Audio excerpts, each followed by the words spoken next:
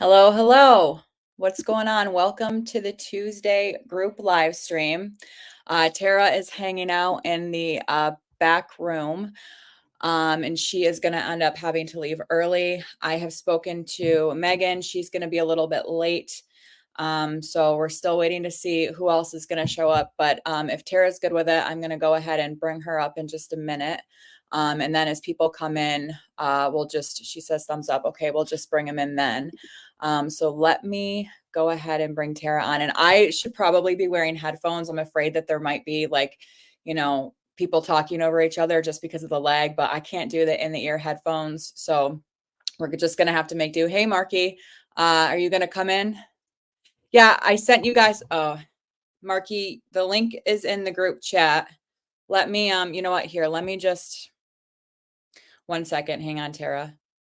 I thought I shared this already.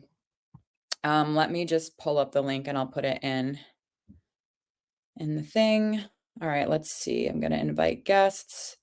All right, Morrison, I'm sending this to you right now, but I'm sending it on Facebook, or I could just send it in the chat.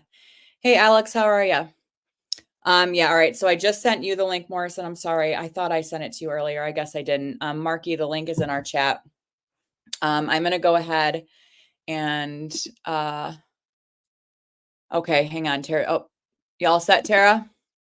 Okay. All right. I'm going to bring Tara on. As you guys come in, I'll add you on. Hey. Hello. How are you? How are you? I'm all right. Thanks for Good. asking.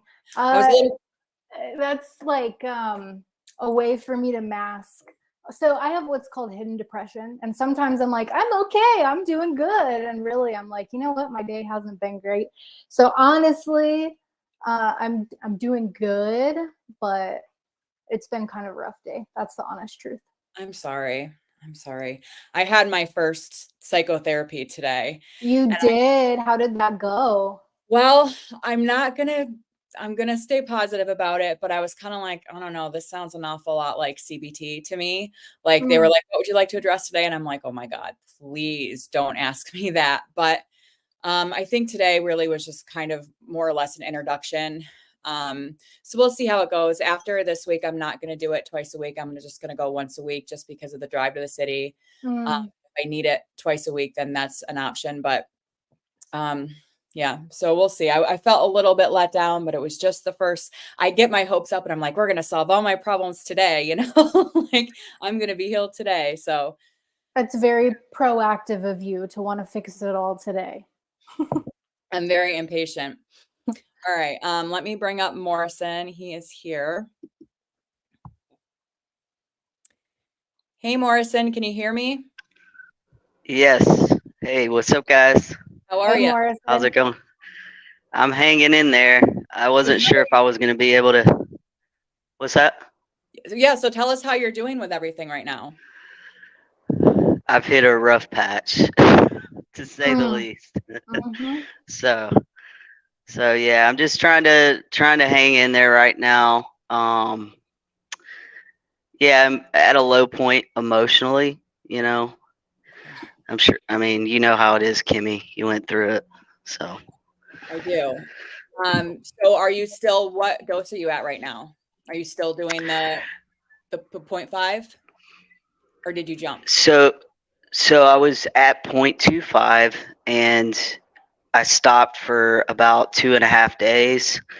And so just this morning, it got so bad. I was trying to just go with it, see how long I could go without it. But I had to take like a spec. I don't even know what that dose is, but yeah, so just trying to play it by ear. But I feel like the time is now. You know how you just know like you're supposed to just get off something. So I'm to that point, but it's like it's almost like a grieving process. It's really strange because it's like it hit me that I've spent nearly almost 8 years of my life with this substance controlling everything about my life, and so having to let that go is a huge deal. It's almost like a security blanket, Yes, Yes. Absolutely. Absolutely. So has it been 2 days now since you've had anything? Did you say? Or Well, like I said, I went 2.5 days. It was almost 3 days. And this morning I took a little speck because I felt like I was at this wall.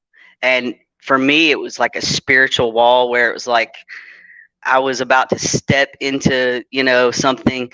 Um, and I caved and took that little piece. So for me right now, it's not really the physical. It's just like the emotional and mental, and spiritual implications of finally getting off the substance. So absolutely. Well, let me bring up Dan and Marky. They're in I call it the waiting room. I don't know what you call it, but let me add them quick. There we go. Wow. Hello, hello. Check. Can you hear me? I can hear you. Yes. Okay, good. Dan, can you say something? Yeah, you hear me? Yes. Perfect. Okay, Nice. cool. That's what's up. Well, it's weird to actually be on here with people. I'm so used to talking to my fucking self. I know. You know? It's wild, actually. It's a lot different. Yeah. Put a face to the name. People. Yeah. So do you guys want to, Marky, do you want to start and just kind of say what's going on with you? What? Oh, everything's going good with me. Life is good. Life is good. I'm still really interested in hearing your story. I know it's not up anymore, but I would love to hear about your first iboga experience and kind of how that worked for you at some point, Okay. Yeah, that's cool. And talk a little bit about it. A little bit later, maybe. You want to do it right now? Dan, I kind of caught that tail end of the rest of your live stream last night. And then, by the time I came back on, you had just ended it. So how are you doing? Oh, no, you're good. I had Elliot got on, so I tried to just like talk to her for a little while. But no, it was cool. I was surprised it even like went that long. But no, I'm good. I'm cool though. Yeah. I'm doing pretty good. Chilling, still on fucking 1 milligram, I mean, I don't know. Sometimes I think about just saying fuck it. I'm trying not to cuss too much. My bad. It's strike one. Don't worry about it. Don't worry about it. All right. I try not to, and then they just come out, but I mean, yeah, I mean, that's what I was saying on my live last night, just to like, taper as long as I can. Like, think about jumping off sometimes, just doing it, just going through the hell. I don't know, but I have this huge stash of Suboxone, so I might as well fucking use it, But no, I'm good. Yeah, at my appointment today, the provider was like, "Why did you choose to get off Suboxone?" And I was like, "Because I wanted to." And she was like, "Maybe we should think about that in the future." And I was like, "No, I'm, I'm good." But, so does anybody have any specific topics they want to talk about or anything like that? No, I don't. I didn't come prepared. We're just going to wing it. I know. Exactly. I'm not the best host. Go ahead, Tara. Hi, Tara. Hi, Marky. Hi, everyone. I also did not come prepared. I was like, I don't want to overstep boundaries. And I also have had a challenging few days. And I've been preoccupied with trying to figure out how to eat now that I'm active and climbing again. I'm like, I haven't been eating enough food. And it really sent me in like a mental health tailspin. I didn't even realize what was happening. So the past like 3 days I've been eating more food and I'm like so freaking full. But I don't want to just talk about me the whole time. I'm happy to talk and I can think about questions as we go, but I didn't come prepared with questions. Yeah, I didn't either because I was like, I feel like the more prepared I am, the more I'm going to be like stumbling over my words. But at the same time, like I'm not really entirely sure where to go with this. So like I said, if anybody has anything they want to say or talk about, feel free to jump in. Well, first, can I just show off can you guys see my finger here? I have a nice climbing injury going on. I'm building up my calluses on my hands. I don't know if you can. Yeah, I Well, can see it. Yeah. I'm too old. I'm too Anyways, old to see that. I am so proud. I'm so proud of my calluses that are developing. So I just wanted to show those off. It might be kind of gross to some people, but I just don't care. but you know what? I almost feel like that's a metaphor too. Like I feel like I need to build calluses. You know what I mean? To Yes. have such thin skin and to be able to deal with things better. You know, it's really interesting that you say that, because getting back into it, having been out for 4 years now, it's been really humbling.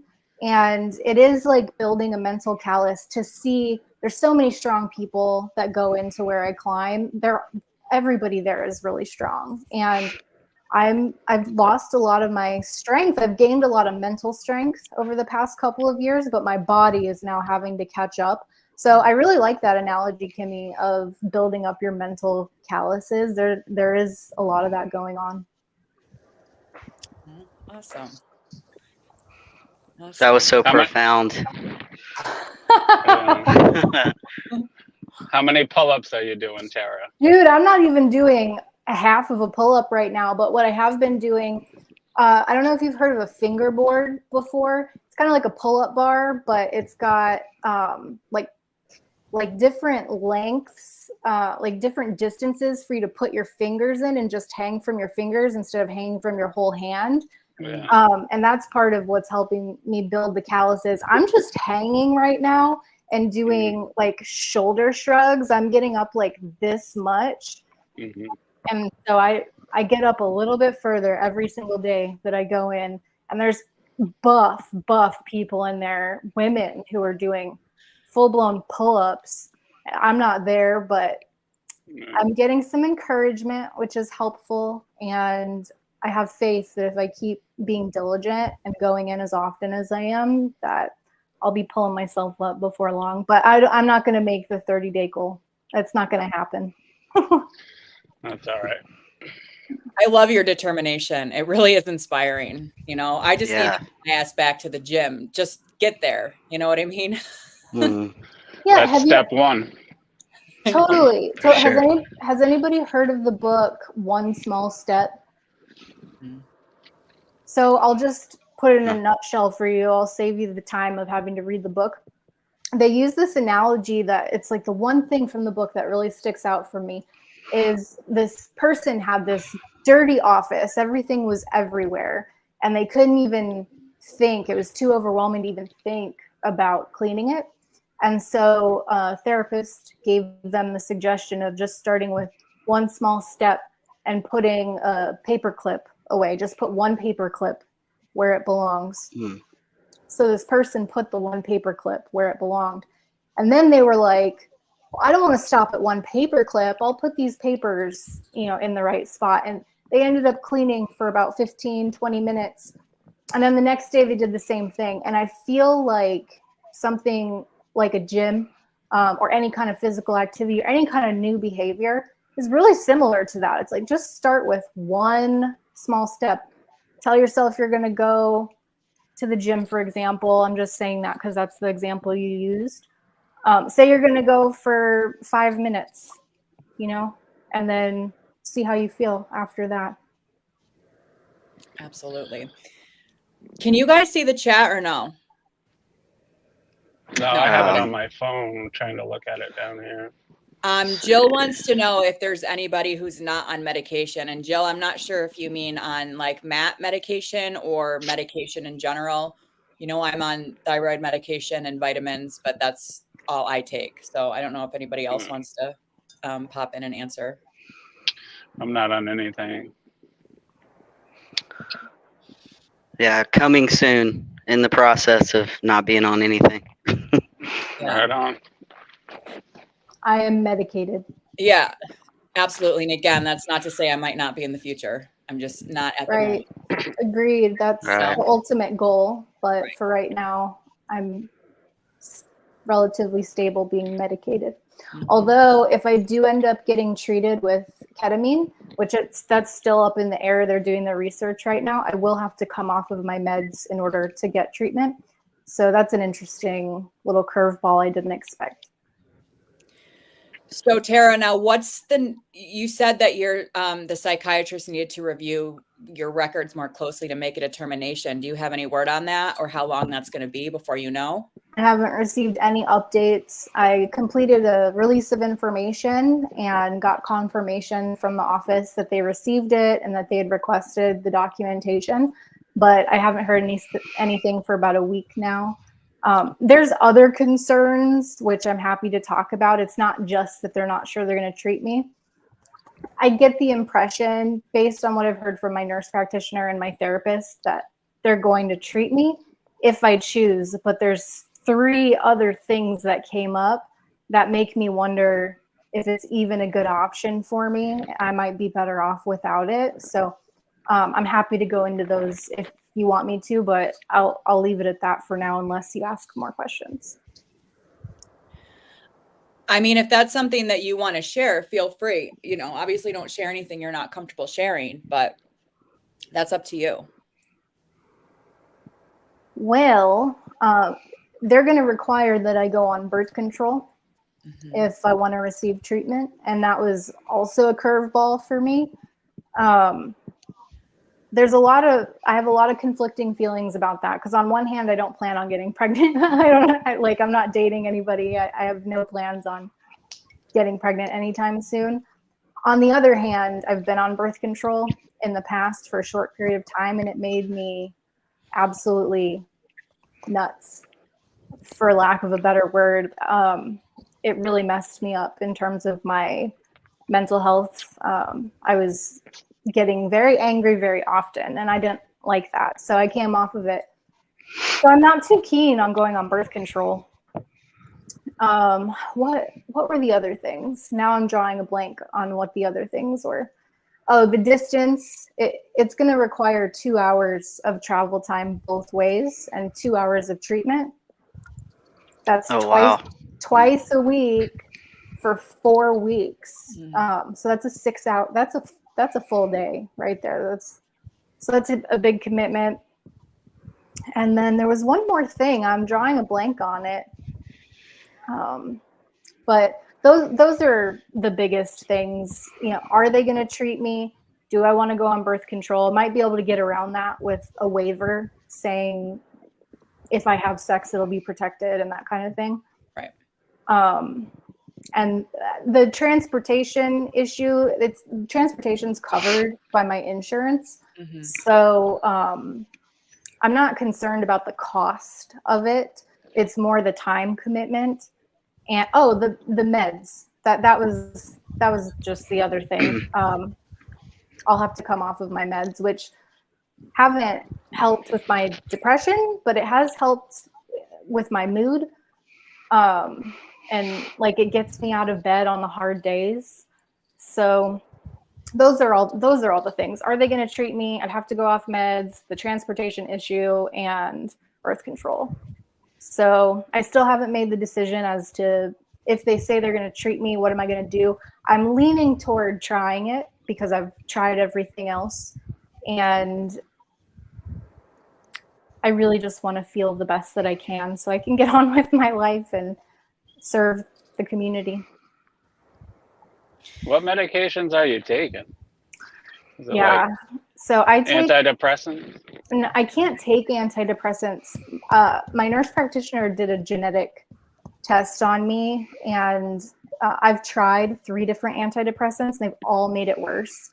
The genetic test revealed that there are significant interactions with my genetics, and so that's why they made my depression worse. So my nurse practitioner took me, or they made me drowsy. Either they made the depression worse, or I was tired all day, no matter what time I took it. So she took me off of that and put me on something called Vraylar. It's a atypical antipsychotic, which is so alarming. For when I heard she was putting me on that, I was like, what? But it's now indicated for treatment-resistant depression as well as schizophrenia and bipolar. So I take a very low dose to address the depression. And then I also have an ADHD diagnosis. And so she put me on Adderall. And that's kind of I know it's a taboo, it's a taboo thing to talk about. A lot of people have strong feelings about it. But it's helping me get out of bed when I can't. So Yeah. I take it for now. So what happens when you stop taking that the psych medicine? What happens if you just stop taking it? Yeah, really good question. So the half-life is really long. So it's going to take, we tried increasing my dose at one point and it made me totally like a zombie. Like I was so numb, it was way too much and I couldn't feel any emotion. So I'm guessing that the opposite is going to happen and I'm going to be probably more irritable than I currently am. I'm not sure. I don't know. And that's part of what scares me. But on the other hand, I don't want to be on meds forever. And I'm blessed to not have a mental health condition that requires that I'm medicated. And so if I decide to move forward with the ketamine, which again, I am leaning toward, I welcome coming off the medication. I just, to your point, don't really know what to expect. Or for how long, right? Right. I mean, we'll know if the ketamine works within a week or 10 days. If it doesn't work, I'll come off it. And there's a chance that I might not go back on the meds, but if the ketamine doesn't work, then I may I don't know. I'm going to follow my nurse practitioner's lead, I think, and continue to work with my therapist, and we can, as a team, decide what's going to be the best thing for my mental health. Ideally, I wouldn't take anything at all, but sometimes we need help, so I'm willing to accept it. Yeah. I've come off of a lot of typical antidepressants in my life, SSRIs, SNRIs. I've never been on an atypical antidepressant, but I'll tell you what, the ones that I've gotten off of, you know, not to discourage you, but they're not easy to get off of. But yeah, that's interesting. I don't really have any experience with atypical antidepressants to know, but we got a lot to think about, Tara. Yeah, definitely. And I have come off of 3 of them. You know, well, I mean, I've transferred to something else, and it's been bumpy, to be frank. That's probably the nicest way I can put it, is that it was a rocky ride when I came off of the other antidepressants. So yeah, but the good news is I have a lot of support. And I have a very flexible schedule right now. So if it is challenging, at least I have some flexibility about my life right now. When was the last time you recall like not being on anything? Yeah, so the first 18 months that I was clean and sober, I also was not on any medication. So it's been, I'm 2.5 years now.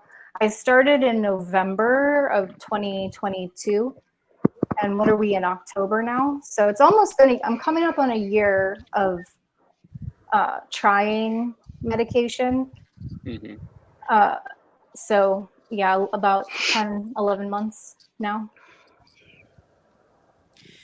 So not that long then.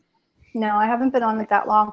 And that's why part of me is like kind of hoping that the ketamine is approved and that I make the choice to take it, because it hasn't been a long time. And if there's a chance that I can go through ketamine and feel better than I do right now, then it's a really positive situation. I mean, that would be a best case scenario for me to eventually not need the ketamine anymore or any drug. Let me ask you guys, do any of you feel as though part of the reason for your addiction is that you were self-treating mental health issues, anything like that? 100%. Because that's how I feel. that was my entire addiction, was just trying to escape myself, trying to get out of my own head. Morrison, what about you? I had a realization this week. For me, it's not so much mental health. I've dealt with like depression and anxiety over the years, but I think that was brought on by the substances, really. And so the realization I personally had in my life was I was taking substances to suppress, for me, the voice of God, like the voice of reason. And people call it conscience, your conscience, because of choices in my life that I was making. I would try to suppress that connection. And so that's the realization I actually just had this week, that I had not even realized the entire time through my addiction that's probably why I was using. Marky, what about you? No, I wasn't. No. I think just where I lived back Tool during Mills. So like I would never seek pills, right? Like, but if you had a perk 10 or something, you'd come across them, you would take them. Like, but as soon as the market got flooded with those, the blues, that was a whole different kind of. I remember the first day I took one. This kid, like I was doing installs back then, and this kid, I remember his name. We'll call him Steve. He came in that day, and he had them, and I asked him for one, and he's like, they're really strong. And I looked at it, and I'm like, that thing? I was like, yeah, right. Like, give me that. And I took it, and I was like, oh my God, like who do they give these to? Like people that are dying? Like I was so messed up. But I loved them. Like I instantly loved them. But it doesn't take long with those things, and it starts, right? Yeah, for sure. Those are so strong. So that's what happened to me, unfortunately. I went down that road, which was. I mean, there was a couple of times when I was in withdrawal where I was like, I'm so tempted to just drive down to Florida because I know I'm going to be able to get pills, Dan, what about you? Oh yeah, I mean, I've always dealt with anxiety and depression, Like I think we're all addicts before we like found like whatever our drug of choice was. At least I was, like wanting something, whether it was like weed or alcohol. That's how it mainly always starts. And then, I mean, I did a lot of drugs as a teenager, but just the opiates just seemed to numb you the most, You At need least, somebody.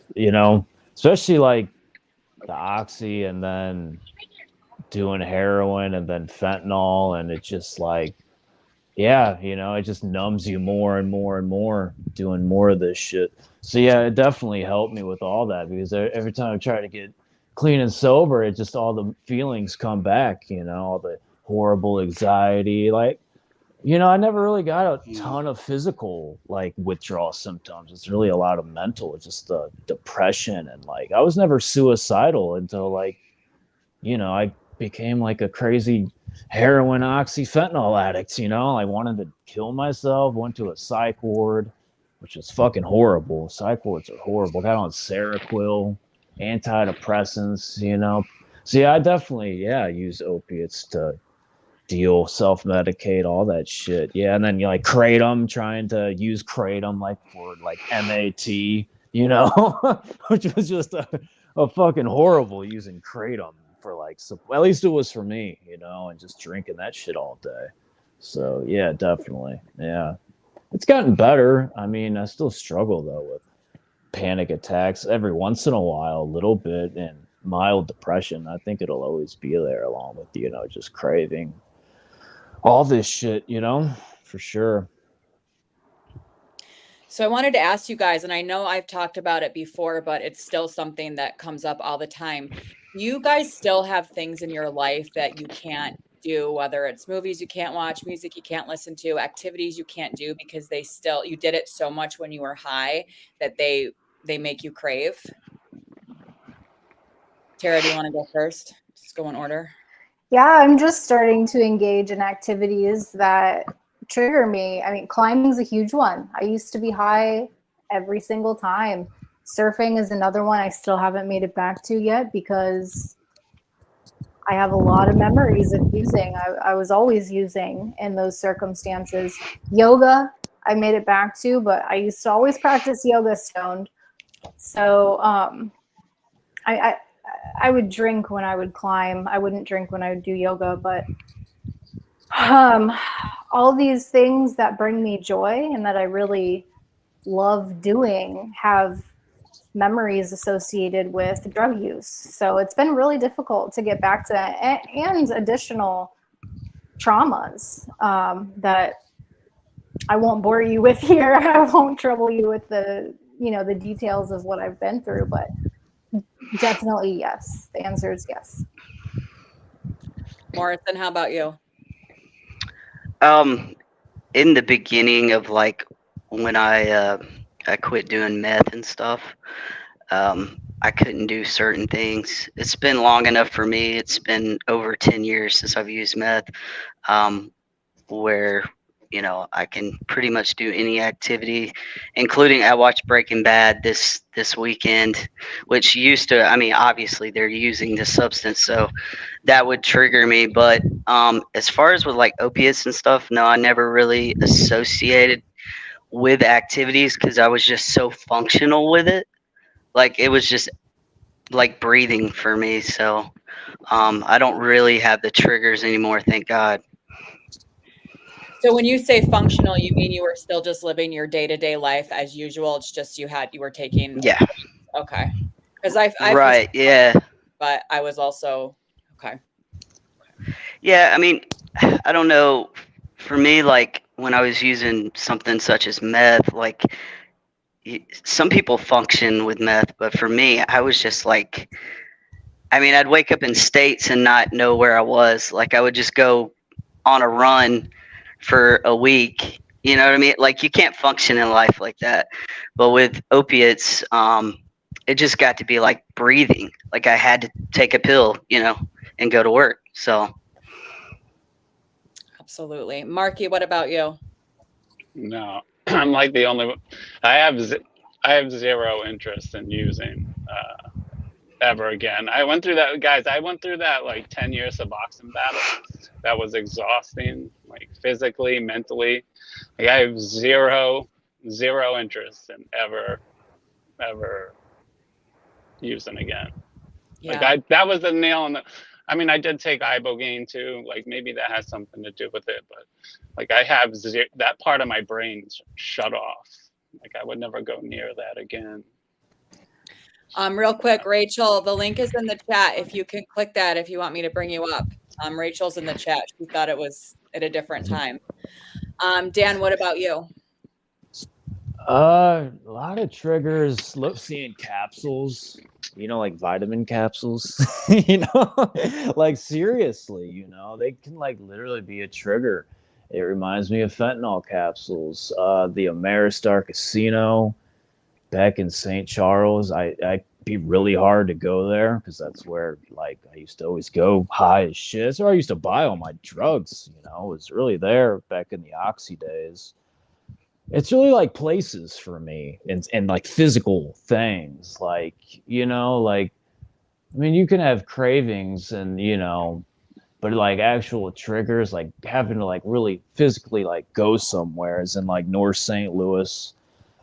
There's no reason for me ever to go there. And because you could get drugs really easily. So yeah, driving around there and like the casino for sure back there. Nothing triggers me really in Florida, really just back there, like being alone by myself back there, just like, I don't know, like the fentanyl demon comes out, and I just want to use. So it really sucks because I actually like would like to go back to that casino again. It's weird doing this shit sober, it's like learning how to like getting clean and sober. It's like really weird having to do all these activities sober again. It feels weird. Like the baseball game I went to down in South Florida, the training game, that was the first baseball game I went to sober. It was really weird, like I used to always go to baseball games really high. So that was weird. That was cool though. I'm finally didn't go to a baseball game all high, but which is really good. So like yeah, like actual places are like triggers for me, you know. So I used to always go everywhere all high and shit, you know. But it's good to experience stuff sober, you know, and yeah, it feels good, you know, for sure. So shit like that. Does anybody have anything they want to ask anybody, or any, questions or anything they want to? Tara, go ahead. Yeah, I have a question for Marky, and forgive me if you said this already and I missed it. But before you did the iboga, did you have cravings or triggers? No, well, no. I mean, I was on a mission to get off of that, right? Like, that was like my life goal. I had this plan in place, and it took me like 3 years to finish it. But everything fell in place perfectly for me. I was having a hard time. I couldn't get a passport, right? They wouldn't give me one for some bullshit reason. And then that's when I came in touch with my buddy James. Like, I heard the Crow episode, and then like that fell into place with me, and I was able to do it, but do it at home. And yeah, I just didn't, like, you have to understand, like, I did not want to be on that.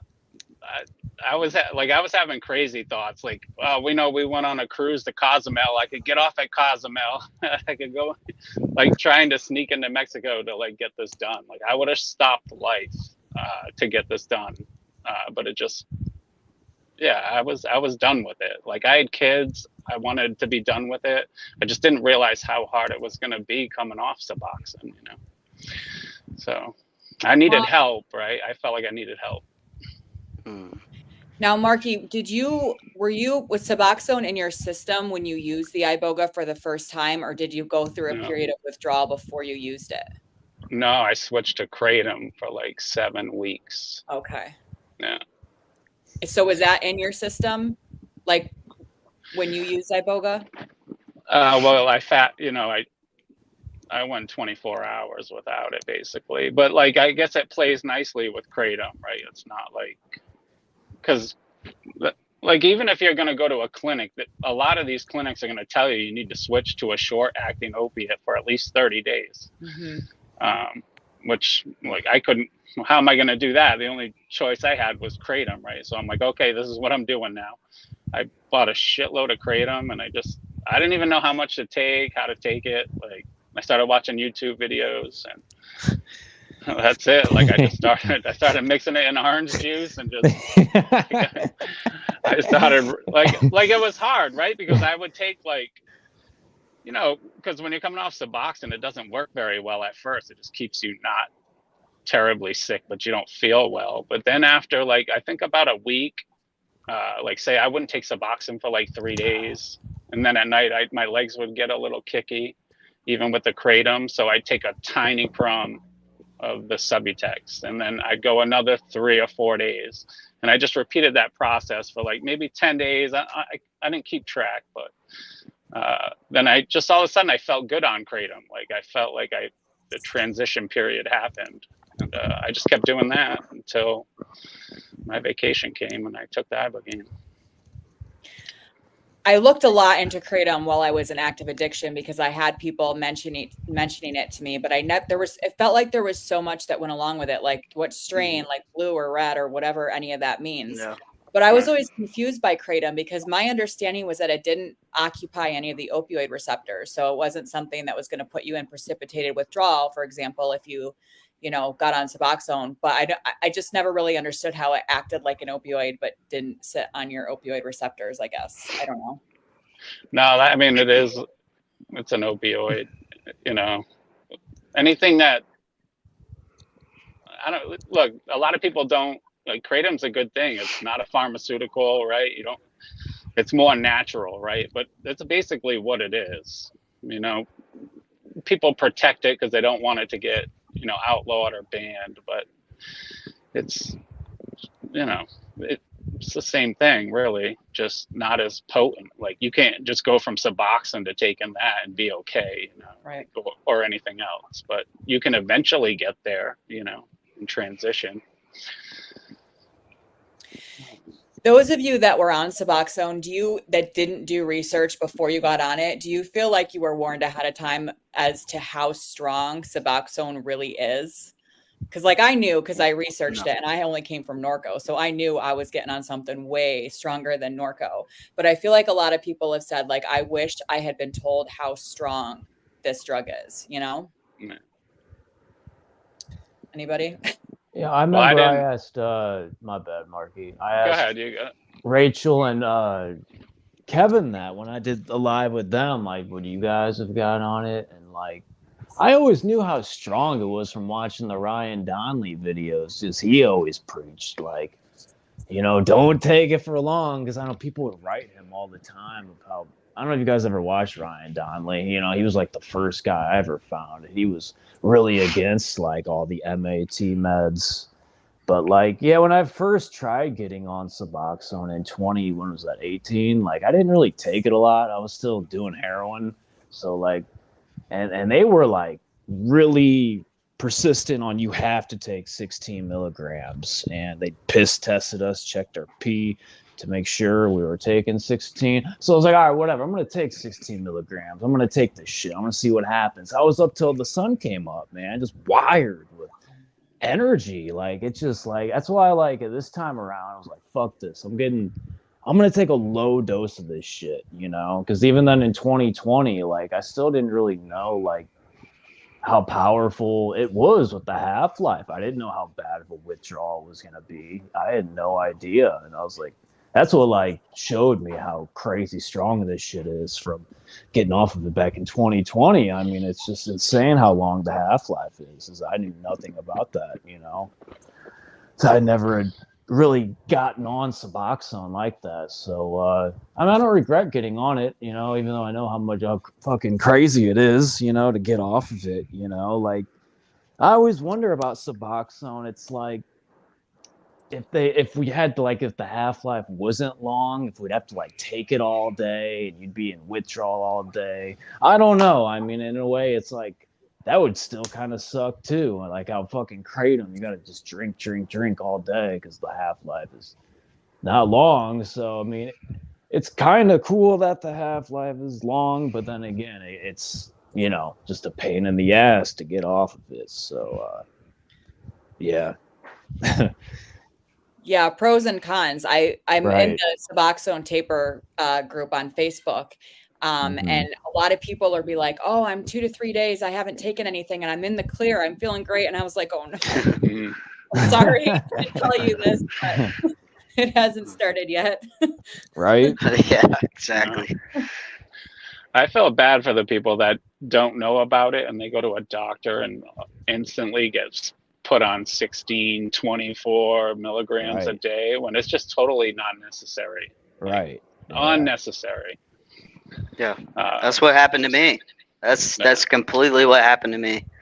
I had no clue what I was getting into.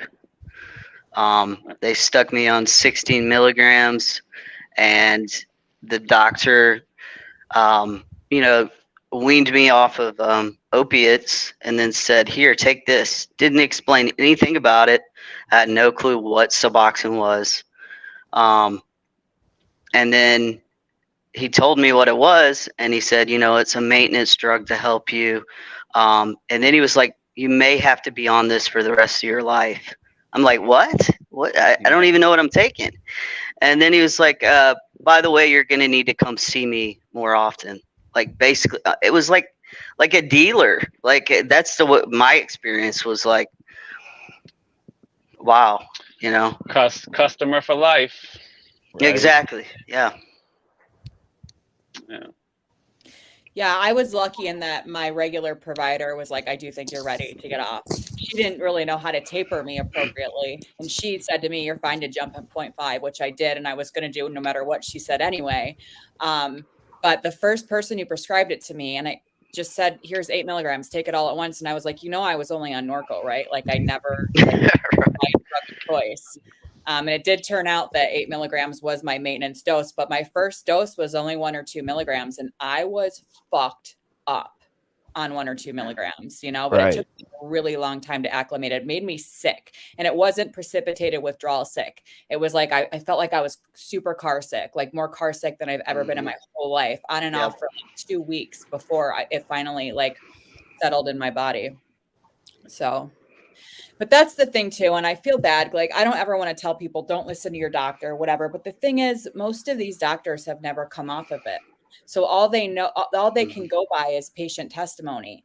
And I'm willing to bet a lot of it's just difficult for me to listen to a lot of people getting horrible tapering advice by somebody who's never done it. They don't know how to do it. You know what I mean?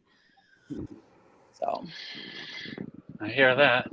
Right. Yeah. And like, I know doctors like problems with your doctor and shit like that. Like, I remember whenever I was on it back in 2020, I was in the little waiting room waiting to see the doctor, and it was just me and this girl in the waiting room, and she had kids, had to miss a doctor appointment, and she had literally like she had to either pick like go through withdrawal or get fentanyl, like, and she chose to go get fentanyl. I was like, damn, really?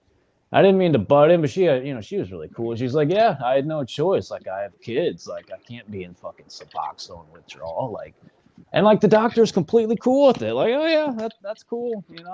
Like, what the fuck? I thought that was wild. I was like, oh, jeez, man, this is. Yeah, that's crazy. Yeah, it was. It was really wild. I felt bad for her. She had her kids there with her, and like, yeah, I always feel for people with kids, having to get off this stuff, for real. So 2 things. First of all, Kevin says he might be able to hop up in a little bit. Number 2, my mom's in the chat, by the way. And she says very few doctors know that these should be tapered off slowly, let alone how to do it. And you guys know my mom was on Xanax for decades and decades, and there wasn't one doctor who was able to. She had to do it all on her own because nobody either knew or was willing to take the risk of helping her to taper off after having been on them for so long. And we know benzo withdrawal is deadly. It can be deadly. Right. She says if they can prescribe it, they should know this shit ahead of time. Absolutely. Absolutely. That's why these channels are so important, Right. Yeah. It's just like, you gotta think about someone coming off Suboxone for a long time, right, Kimmy? And like 8 months go by, 9 months go by, right? And they're like they're not sick anymore, but they have these remnants where, that the thoughts are going to come creeping in your head. Like, I'm going to be stuck like this. Like, I'm never going to be able to fall asleep at night. My legs are always going to feel like they want to move a little bit, right? Like, if you didn't know, like, you have to stick it out for a year or more, that could, people would quit. They'd give up trying, I believe, Absolutely. So. And going back to what Dan was saying, like if I had kids, I feel like my taper and withdrawal would have been totally different. I don't have, other than my cats, like I don't have anybody I have to get, I didn't clean my apartment. I didn't wash my hair, in like the first week and a half. For the most part, I laid on I went out and did things, but I wasn't, I wasn't highly functional during that period. So I can't imagine having kids and having to go through a detox like that. I can't imagine.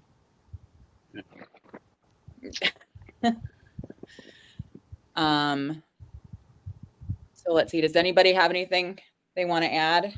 Any questions? Anything? Where's Rachel? She's not coming up.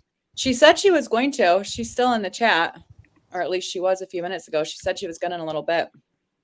Tara, did you end up hearing back from Brandon?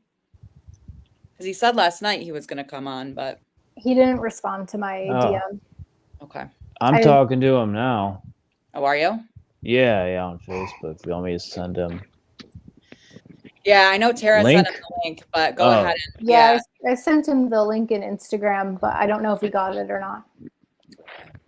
Yeah, if I pop off or something, I'll come back on. I just like when the kids start coming in. Yeah, so just I'll be back if you see me disappear. Okay, no problem.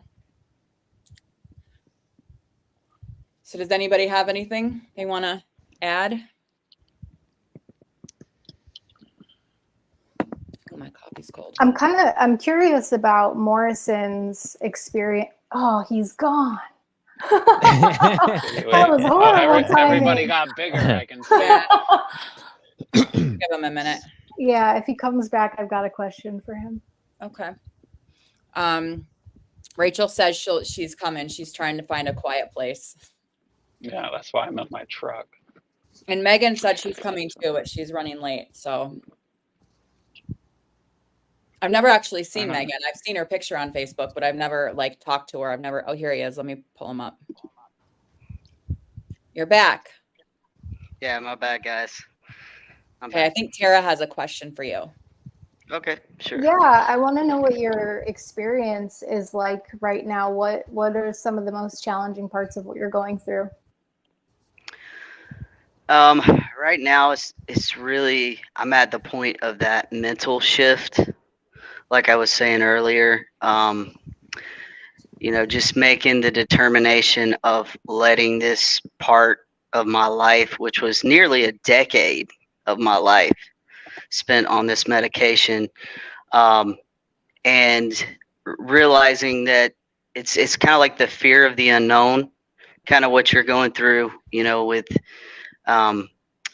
deciding if you're going to take ketamine. It's like that fear of what's my life going to look like without this crutch, basically. So, and I've gone through some of the physical stuff, but I've only made it to like almost 3 days. So like Kimmy was saying, you don't really get to the difficult withdrawals till about 4 days in. But I'm really not concerned with the physical withdrawals.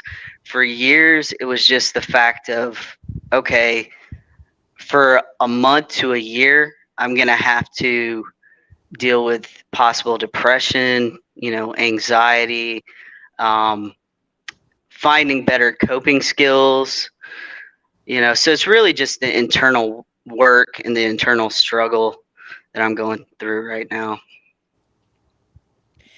But Morrison, I don't think everybody experiences, again, what I call post-acute withdrawal, where you have that increased depression and anxiety. Marky said he didn't. Yeah. I wish that Zach and Deb were up here to know how they were doing. But last time Deb had checked in, it was just some very minor sleep disturbances, I feel like. Is that right, Marky? That's Yeah. Yeah. Yeah, at night. Like that goes on for like forever, I feel like, like even though it's not restless legs, I wouldn't call it that, but you are fully aware that you had taken Suboxone and you're not healed from it, right? You would fall asleep, of course. You just try and not just, I don't know. It's hard to explain. It's just it keeps getting like, it'll go away, right? You'll feel good for like a week and be like, oh, cool. And then it'll be like, it'll come back and like stay for 3 weeks. And then, it's just, but the motivation, for me is, sorry. The motivation is what took forever to come back. Like I had energy, but the motivation, like that took the longest for me. Me too. That was a long time. I mean, like I said, close to a year for me. For depression, energy, motivation. Yeah. Yeah, that's the biggest thing with me is worrying about the motivation. I've got so much going on in my life, and one reason it's taken this long to mentally get to the place where it's like, okay, I've got to do this. Like I've literally built this thing up to this huge, for years, I just told myself like, this is impossible, so I've recently in the past few months made that mental shift of like, I can do this, but it's like, I mean, it's definitely doable, but it's the fact that it can go on for so long and the lack of motivation for up to a year.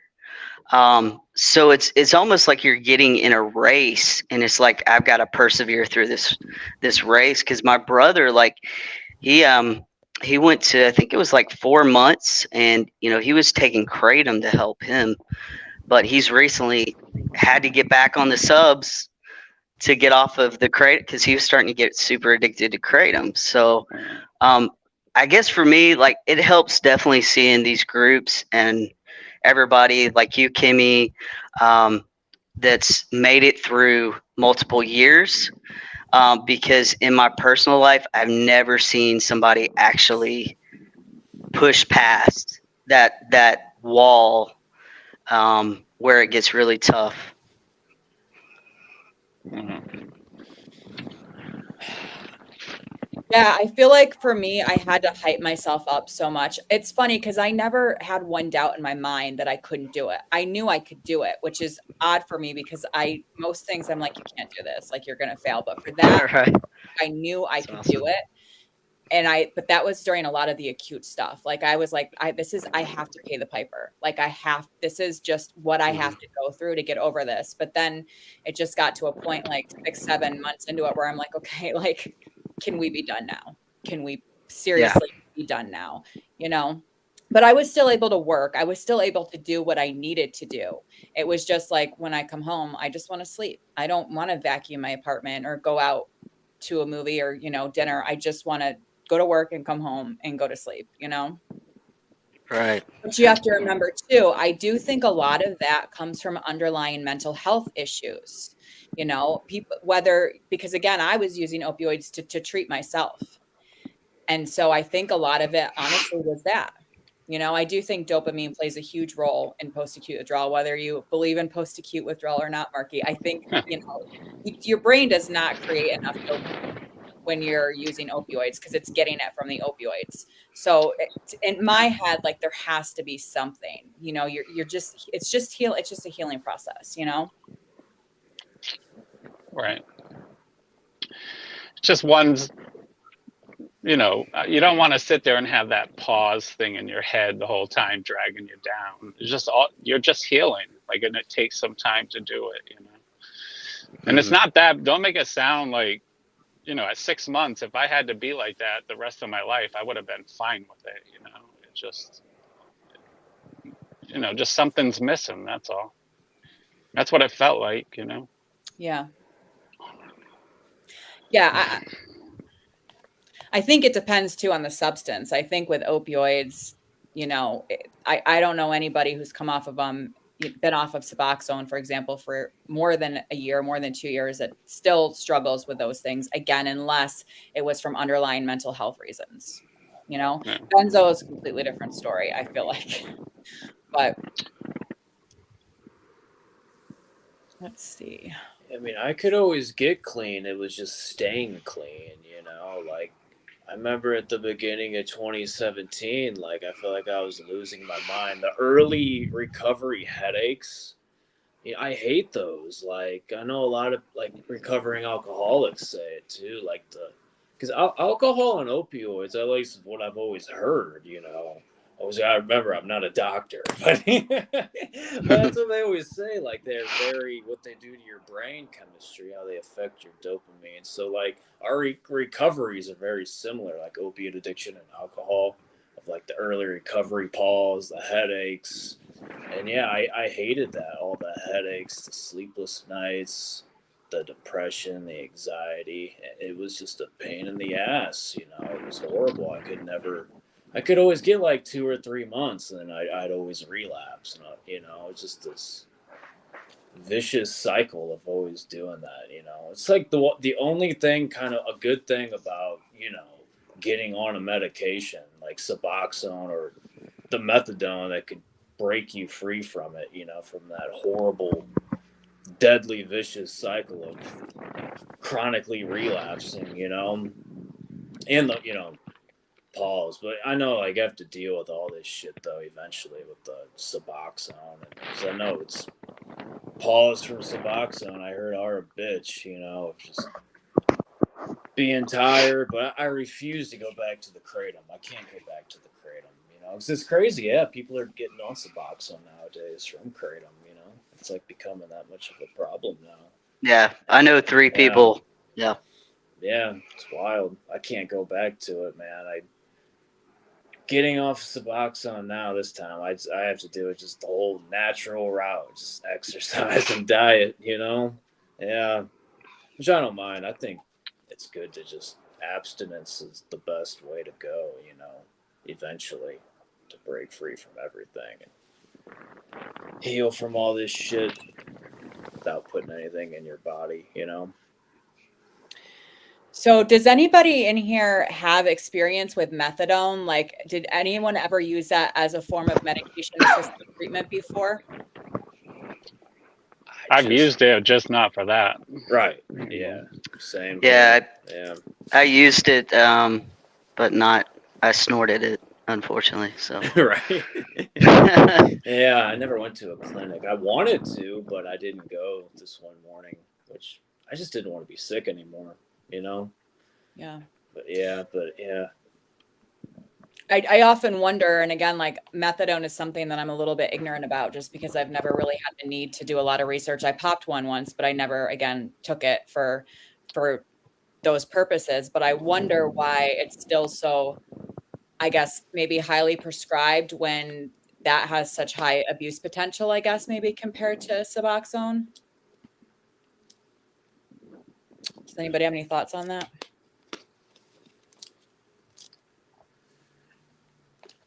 No?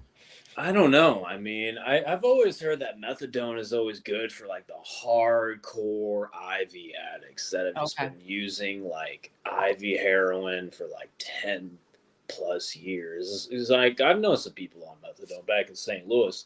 They finally put a methadone clinic back away from the city and the suburbs back there. They didn't want it back there either. They did not want it. They thought it would like, draw like I guess a bad crowd or something of people.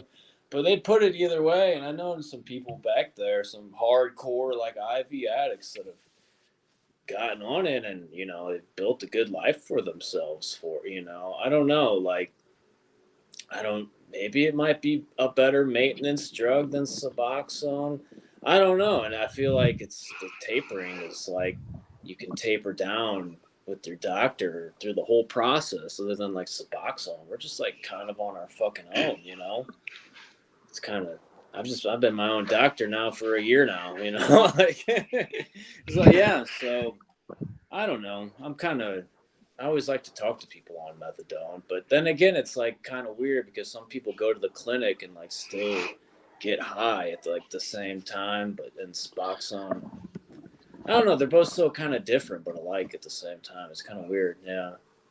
I don't know. I've never really been on methadone to really feel like what it's like to be on a maintenance. I've just abused those little 10 milligram pills, And even then, like I didn't really like those too much. I don't know.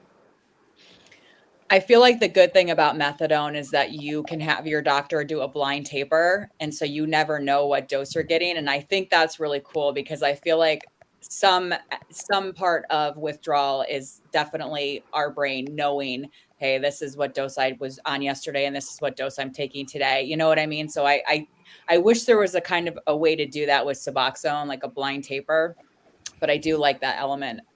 Yeah, 100%. A lot of withdrawal and tapering is mental. 100%. Right. Yeah. Absolutely. Tara, I feel bad because like with a lot of like the opioid stuff, I don't want you to feel left out. Do you have anything you want to say? Anything you want to add? Listening to you all talk about tapering, it's like, activates the concerns that I have about coming off of my meds. I was so resistant to medication in the beginning of my sobriety because for my whole life, I spent 20 years where weed was my medicine, and that worked for me. I just got to the point where I was using so much of it that I wasn't functional anymore as a person. So I'm going to have to go through a process of my own to come off of my chemical cocktail. And I feel like a lot of what you all talk about carries over to other types of medication. So I think it's valuable conversation that you all have. And I hope to be able to tell my success story one day of how I came off. I'm thankful that the meds are there, though. I'm really thankful that I was able to tap into that because I was on the verge of relapse personally. Like I could not go another day, it felt like, without some sort of help. And I was going to get loaded again because I couldn't find relief.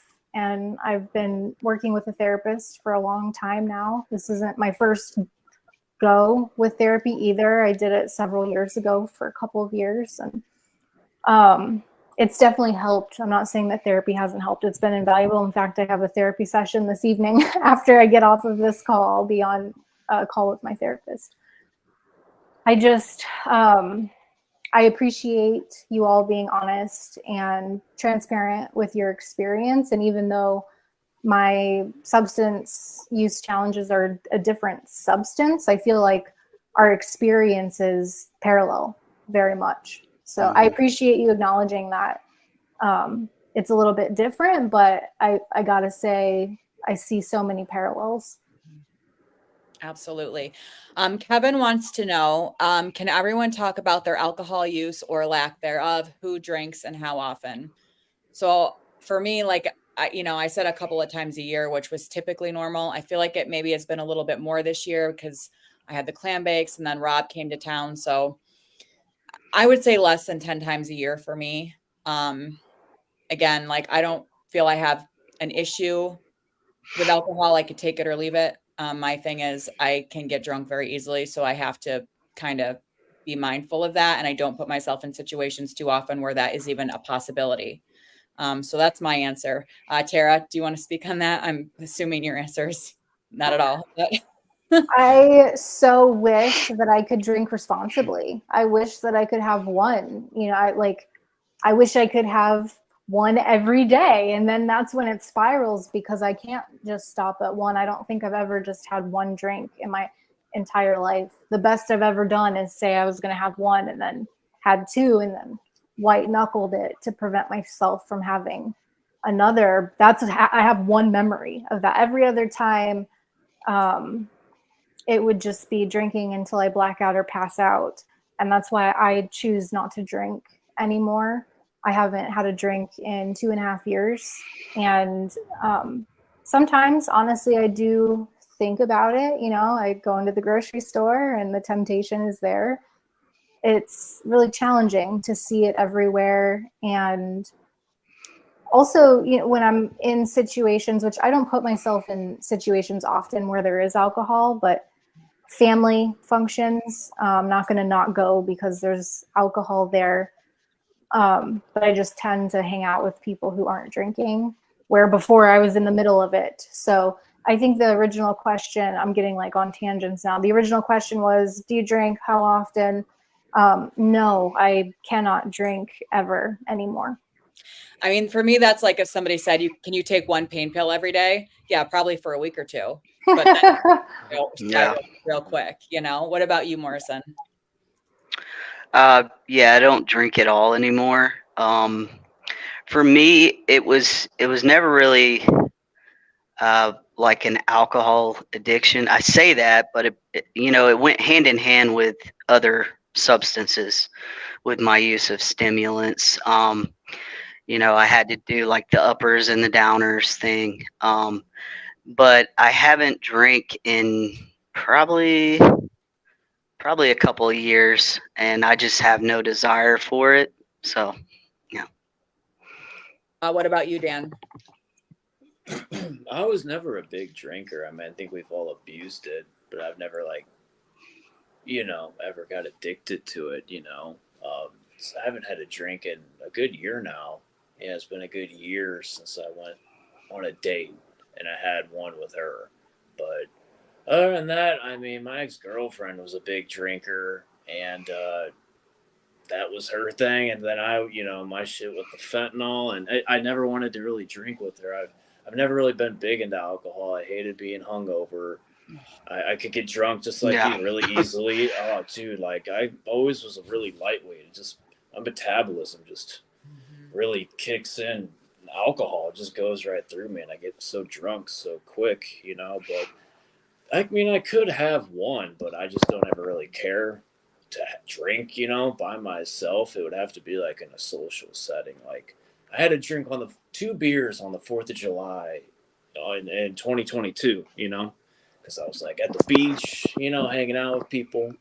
You know, it was a good setting. But other than that, like, I was just watching a ton of baseball, and they always had, you know, all the alcohol commercials for sports, and they had those advertisements for the Jack and Coke in a can.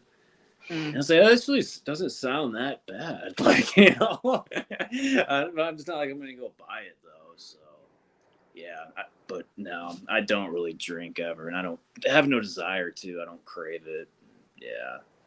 Really, just all the opiates were always, you know, like you said, I could never just take a pain pill every once in a while. But I'm not against alcohol though. If you can have one, but if you know that like you can't just have one, then yeah, you know, like you can't just have one. But I could have one, but it would have to be in a social setting, which, you know, can never just do it by myself. Yeah. Yeah, see, that's my issue. Like, I'll be like, oh, just one, but then I start my, you know, I'm feel more social, and then I'm like, oh, I've just, you know, then I'm a little tipsy, so I'm like, okay, let's have more, you know. But Yeah. all right, Rachel is waiting. I'm going to bring her up. Brandon I don't know where he went to. Brandon, if you want to come back, I will bring you up. So here comes Rachel. Except she's not showing on the screen. Do you guys see an icon for Rachel? Oh, she's gone. I think it said Yeah. audio only. Yeah, but she's gone again. We'll see if she comes back in. Okay. I just had a memory about something tied to the last question I want to add about the alcohol. There was a period of time before I got to recovery when I was still smoking weed all day, every day, where I realized subconsciously, I think, I wasn't aware of it, but I think subconsciously I was aware that I had a drinking problem. I just hadn't admitted it. I didn't realize it. And what I would do is, so what I said in my first answer wasn't completely accurate, because what I would do was I would take a beer, someone offered it, but then I would just hold it in my hand for hours and just like, I would drink like half of it. It would get warm and then it would be disgusting. And people would be like, you've been holding that forever. And so it's kind of weird, because it was almost like my way of making sure nobody would offer me another one. And I would do this in situations where maybe there was someone I liked and I was trying to make a good impression or something like that. And so thinking back, I'm like, wait, there have been times where I have not finished a beer, knowing that if I finished it, it would lead to another, which would lead to another, so that was like sort of the beginning stages of me realizing that I had a problem. And it is an example of me being able to have one drink, but it wasn't enjoyable. You know, it was like disgusting when it got warm, and that was kind of me tricking myself, I think. Okay. Well, thank you for adding that. I'm going to pull up Brandon and Megan now. Looks like they're both coming on with just audio. All right. So, all right, Brandon and Megan. Brandon, can you hear me? Hello.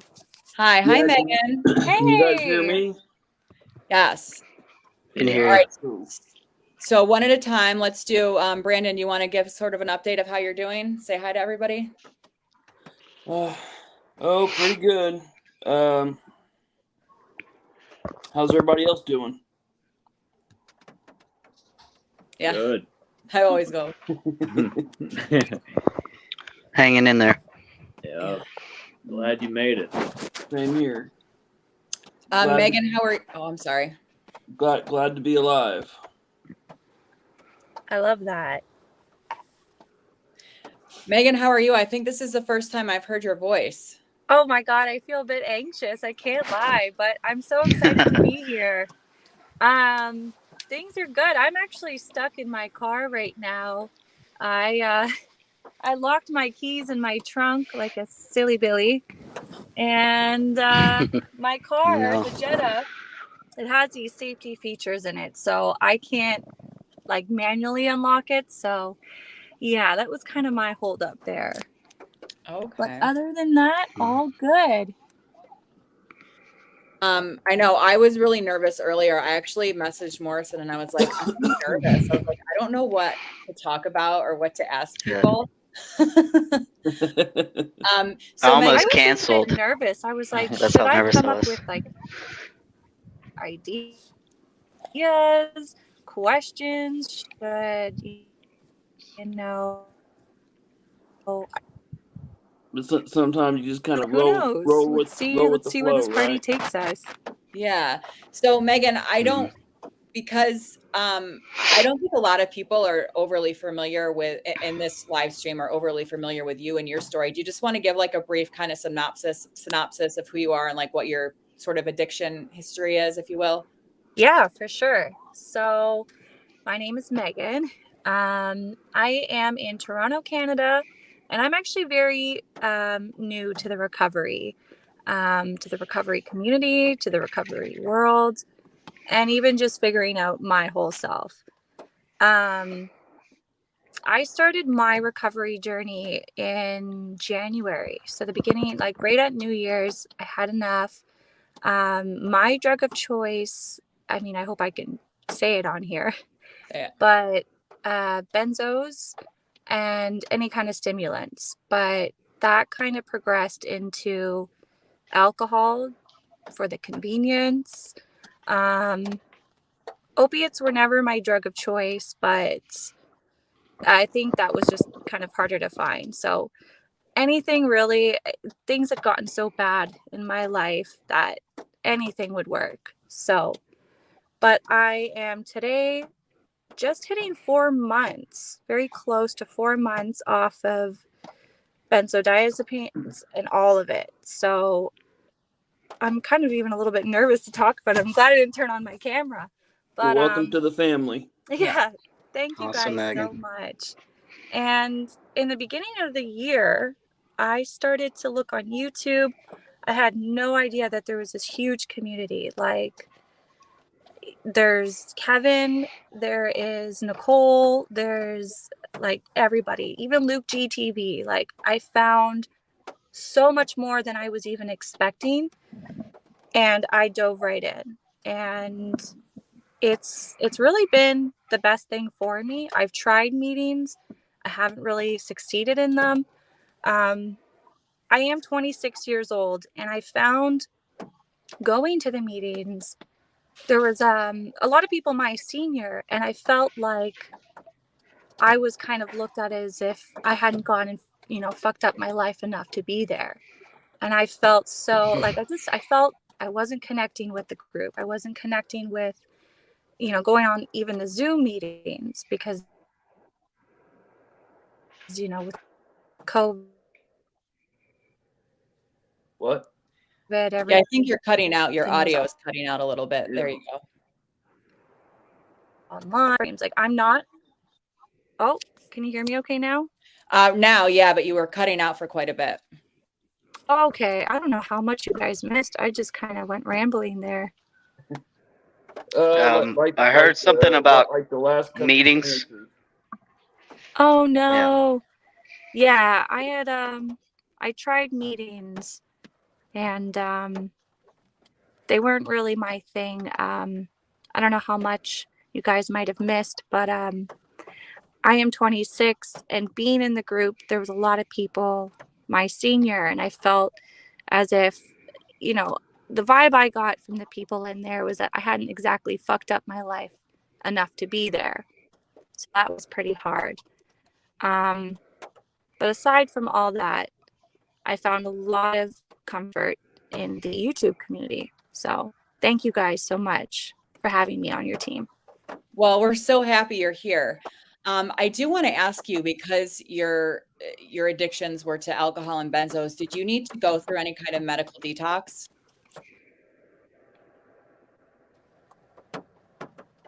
Oh shoot. I think my I think it was the Wi-Fi there, guys. Sorry. Can you hear me okay now? Yeah.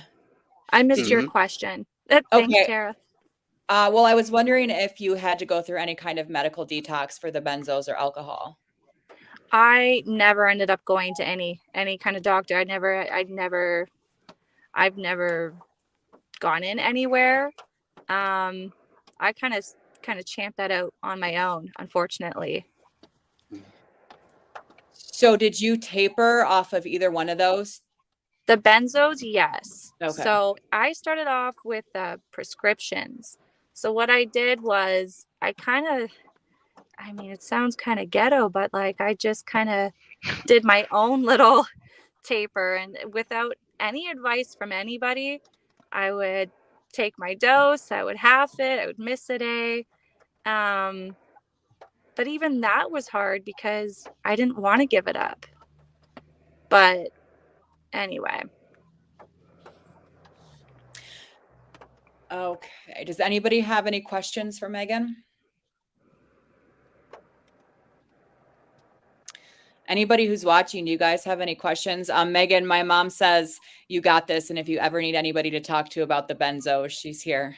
Oh, thank you. I can't even figure out how to see the chat. I would love to see it. Oh my God, I do see it. Oh, do I you? got- I could never Yeah, see it. now when I it can was see on. it. Oh my God. Yeah, I had to Thank like you. sign into my account to like Mama come on Chris. there. I can't see the chat. Oh my God, Good. that's so cool. She got still it. she still has her YouTube user thing. That kills me. I know. I don't get it. I don't know how Right? she does that. It is funny. Only my mother. Yeah. Oh yeah, there's Kevin. Yes, Kevin, that's me, the paddleboard. Yeah, I thought it was, but I never pay attention to what the pictures are. So, and Kevin said he might at some point be able to come up. So fingers crossed, Kevin. Nice. And If you're still in here, Kevin, you rock. Yeah, about the meetings, Megan, I always felt like that too. That's why whenever I found HA, there was a lot of younger people like our age at HA. So, but I felt that a lot too, like at like NA and AA. You're like the youngest person in there. Everybody's been sober for like 10 years. So yeah, I got that vibe a lot at meetings. That's when I went to HA. It was like, all right, these are my people, because they were like, our age and shit. So yeah. And Yes, another thing, sorry. Oh, go no, you're ahead. good. No, I was just going to say, I think that's why, like, not a lot of younger people go to meetings. They're kind of turned off by, like, the God and praying and definitely the higher power stuff. I found a lot in AA. Mhm. A lot of it, I mean, I'm all for an open mind, but just the religion thing is a little bit, I respect the hell out of it, and I respect a lot of the people in there, but there is a disconnect with the age, and I even just psych myself out. I think we all kind of get in our own heads sometimes, mentally and emotionally. Like, I go in there anxious and I make the situation much more worse than it has to be, if that kind of makes sense. Like, I go in there with a negative headspace, like, oh my God, I'm around people with, decades of sobriety. I'm not even near on their level. Like, you kind of write yourself off when you think like that. I liked AA better than NA, but I felt like a hypocrite being there because I didn't feel that I was an alcoholic. And so when I talk, I would always have to change my verbiage to be like, I would have to change like pills to alcohol. And the couple NA meetings that I went to, they were people closer to my age, but I felt like trying to go through the process of finding a sponsor, it was all 13 steppers, like all the older or more people with longer sober time were just trying to fuck all the new people. You know what I mean? So I was like, this is not what I need to be around right now, And you get choked up when you're kind of like tweaking your story as you're telling it. You're disingenuous, and you're not being. You can't be all in if you're not ready to be honest. But I agree. Change your words. I mean, I've found myself failing in that department because I just couldn't keep my story straight. Yeah, and I was told as long as you respect the house you're in, but I couldn't be like, I'm sitting here talking about pain pills. Everybody there's talking about alcohol, so I would just say when I was drunk instead of high. You know what I mean? Which obviously wasn't true, but that's kind of what I felt like I had to do there, Yeah. So I have something to say about AA. So I got clean and sober using AA. I wasn't able to see a therapist in the program. Now knowing what I know, I could have found my own therapist. But in the program that I was in, I wasn't able to get a therapist until I'd been clean and sober for 3 months. So AA is actually the reason that I was able to stay clean and sober for that first 3 months.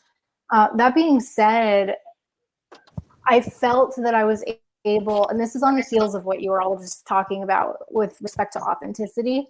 I felt like I was able to be authentic and tell the truth of what I was actually going through in the first 18 months of my recovery. Once I started taking medication, I felt a shift. I felt like I was falling into old behaviors again of hiding, and I never came out and told the group that I was doing it. And I was feeling like I was carrying this secret and hiding it, which is exactly what set me free for the first 18 months of my recovery, was being open and honest about what I was going through.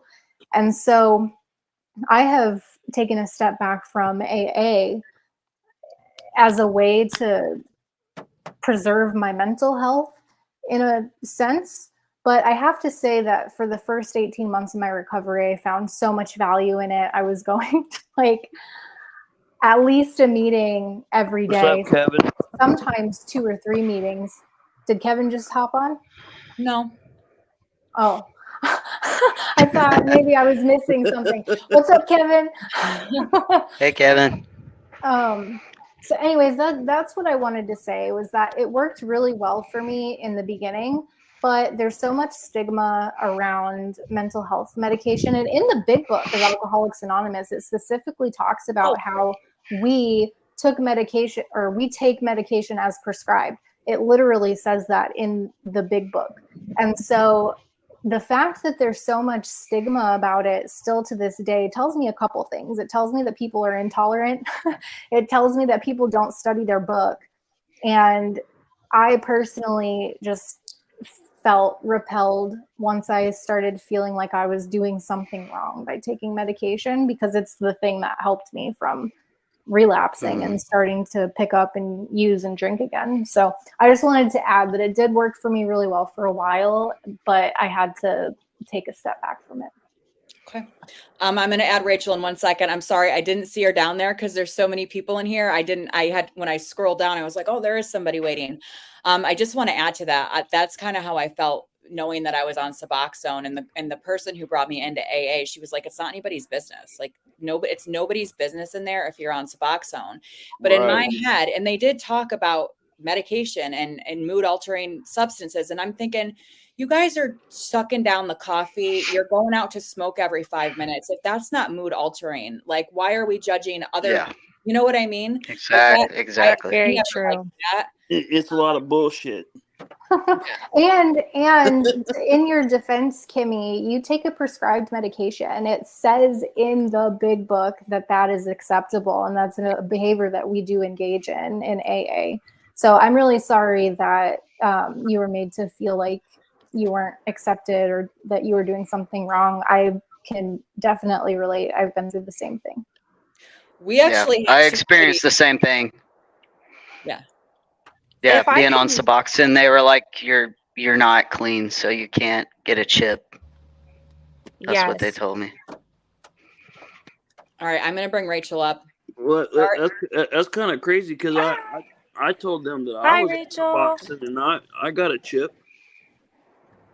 Yeah, I mean, it's not every group, but this particular AA that I went to was like, we don't allow people that are on Suboxone or maintenance medications to say they're clean. So. Probably certain groups are different. Yeah. That makes me so angry for you, Morrison, because that is not the way that the program is designed to be. That's exactly why I started engaging with you all in this recovery community, because I just got so angry at the injustice and them not following their own literature. Right. Absolutely. Hey, Rachel. Okay. Welcome, Rachel. Hey, Rachel. Thanks for having me. Sorry I'm so late, but I'll probably do my own funeral, so get used to it. How long you were down there? The night class, I'm like, oh crap, she is down there waiting. That's okay. Yeah, no worries. And I'm glad we were all able to do this. A couple of things I wanted to say, because I was like trying to make notes and like think of it. For one, I'm really glad to hear that I'm not the only one that's lied at AA, because I also did that, Kimmy, because like I just didn't feel like, you know, and to be fair, I have had issues with alcohol in the past, you know, but that's not really why I was there, you know, and that really does make me mad too, of what she had to deal with, Morrison. That's not cool. And I feel like, you know, we're all just trying to do our best. We got to support each other. For sure. But you know, I know I missed the whole thing about the methadone thing, but if I may, I have an opinion on it. I've never actually taken methadone, but just like from the pharmacy stuff, weren't y'all talking about like why? Oh God, now I'm losing my train of thought. Why? What was the thing that you were saying, Kimmy? I just had wondered, and again, it could be very ignorant of me to say because I don't have a lot of knowledge of methadone. I just wondered in what situations it would be better to prescribe methadone when you can abuse it more easily and you can, you know, use other substances as well. Okay, so yeah, so that's what it was. So in my experience, and again, I've never personally taken it, but most of the patients that we had that were on methadone were like people, for lack of a better way to put it, kind of like in my situation, like that were addicted to oxy, and then you know, or similar situations. Like my mom, she was actually put on methadone when I was 16, and she had like a bunch of pain issues and nothing was controlling her pain, so they put her on that. And I remember when she was detoxing from it, because the doctor was like, oh, you'll never come off of it, and she was like, yeah, F you. And so she got off of it, and she was dope sick for probably about a good month and a half straight, you know. But she also this was back in like 2003 probably, so she didn't have a whole lot of help with how to get off of it, you know, with her doctor not wanting to help her. And then like so she just kind of, I guess, went by the seat of her pants. But most of the time that I've seen people with it and stuff like that, they have more pain issues, I think, than anything. But I don't know. Yeah, and that's kind of more what I'm familiar with, is it being used for pain rather than addiction. I have known people that have taken it for pain, but not necessarily for addiction. Right. Because like a lot of, and I know you probably know this too, all, you know, most of y'all, like we had a lot of hospice patients on it too. Mm-hmm. Yep. Because it does have so many pain relieving properties, I guess. But Yep. Danielle says, I think Megan's story of detoxing off the drugs and alcohol on her own is a common thread in recovery. There's still way too much stigma and shame in recovery seeking medical support and help. Absolutely. For sure. Absolutely. Thank you so much for saying that, Danielle. There is so much, and I feel like being so brand new to recovery, I come from an environment where I don't know anybody around me in my personal life that is sober. I have one best friend, and I'm so grateful for her, but it was the atmosphere. It was always around, and just getting the guts to bring stuff up to my doctor, I didn't know where to start. So I feel like so many people can be trapped in that, and it does happen a lot. It's a shame. So thank you for saying that, Danielle. Absolutely. And thank you all for being so welcoming, so patient. I really respect you guys a lot. Well, we're glad you're here. Absolutely. I wanted to ask you guys, do you still feel like even though you're in recovery, you have that kind of stigma attached to you? Because I know personally, I can see on most of my doctors, it's on my medical record, no matter what I'm there for. I could be there for a cold or a regular exam, and it's right on there that I'm like have substance use disorder.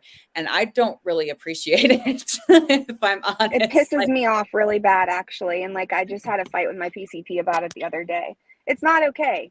And it's messed up. Like it shouldn't, you know, the whole stigma anyway. I could get on a whole soapbox about that, but I hate it because it's like as soon as people pull up your chart, and now it's becoming more and more common for everything to be linked. And sure, I have like the extra thing on there where like you have to put in a reason why you're going into my chart, but it doesn't matter. It still happens. And like, perfect example, I was at a parade on Friday for my daughter. She had to march for the pep squad, And the chick from the pharmacy, you know, her kid is in it too. I'm like, oh, great, you know.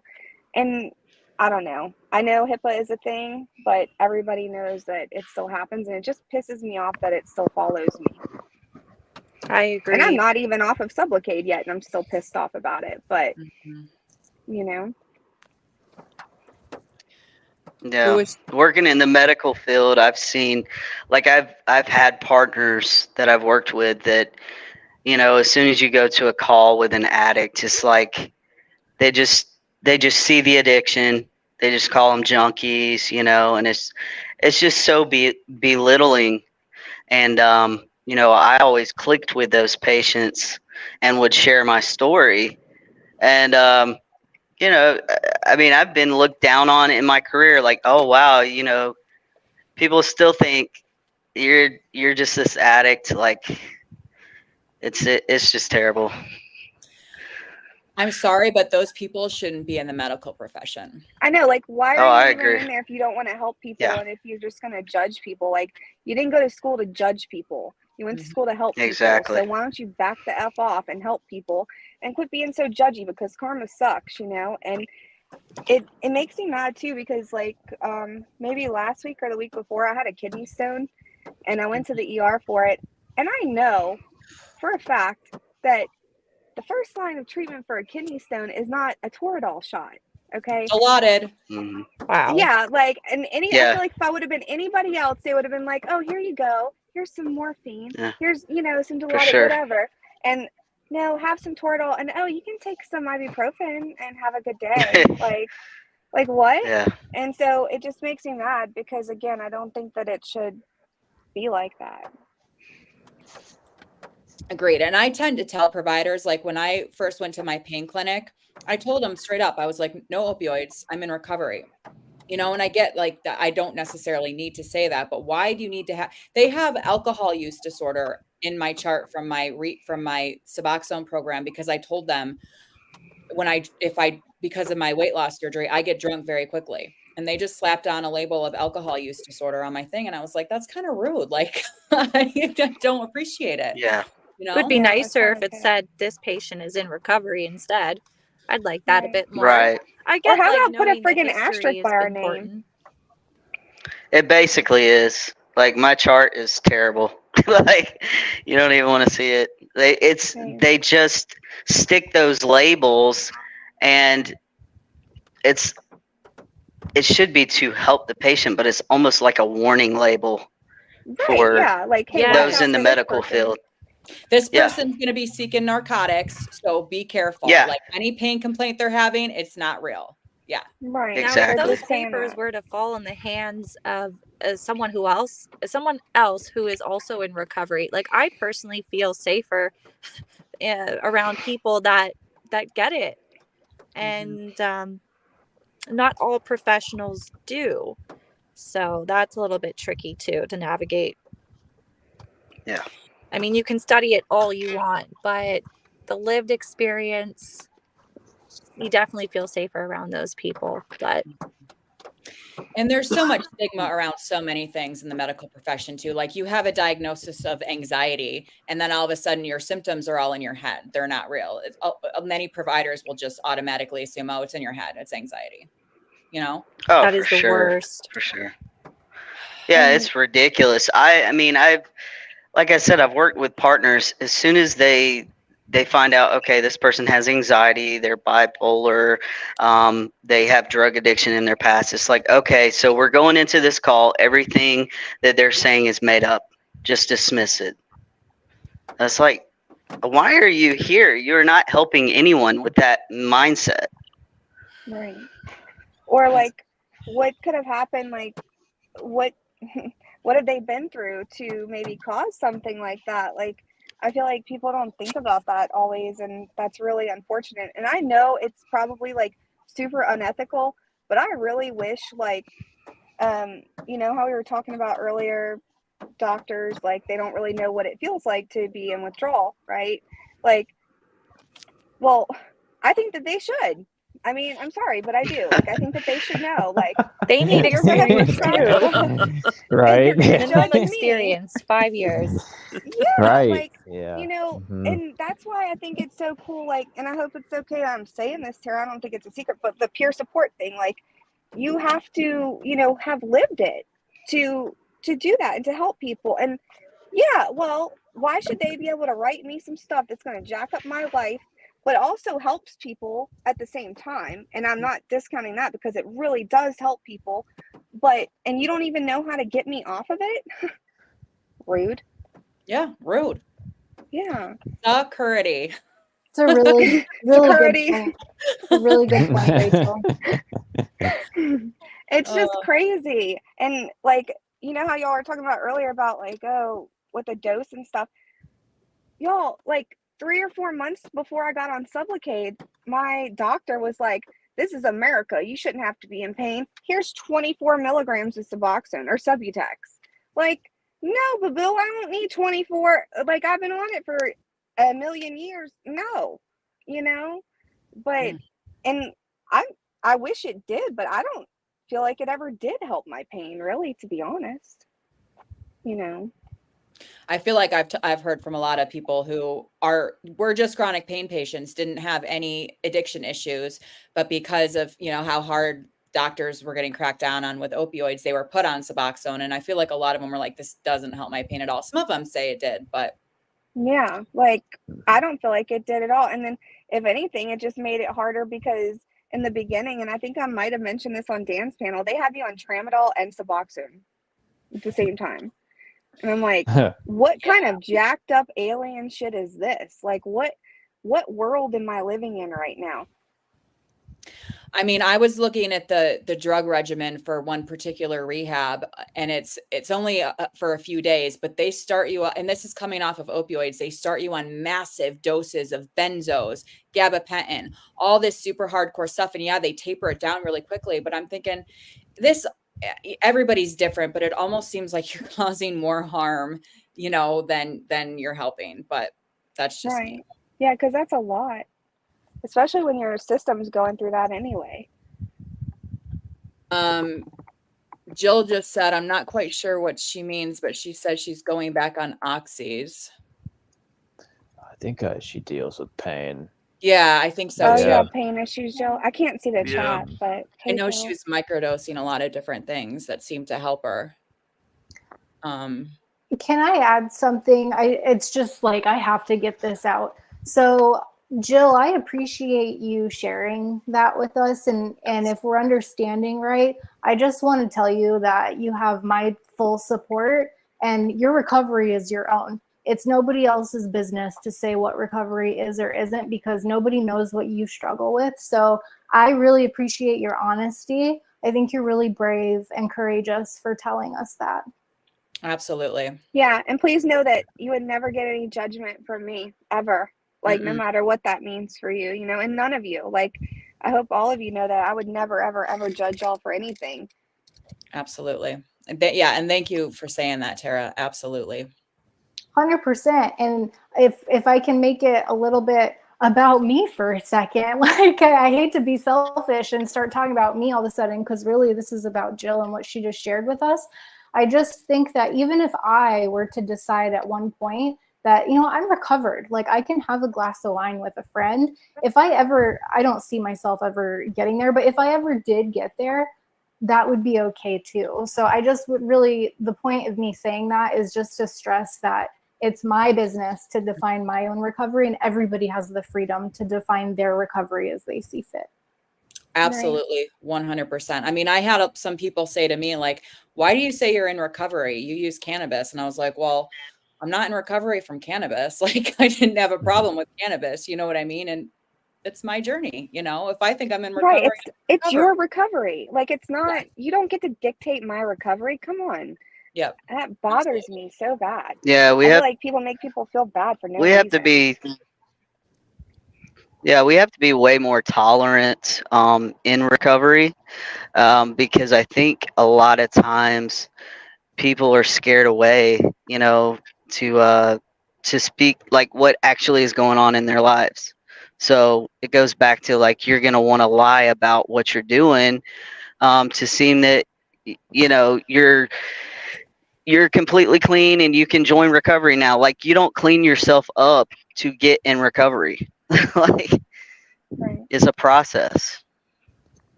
Yeah. Absolutely. Sorry, I'm just typing a message in the chat asking Kevin where he is, if he's gonna come up.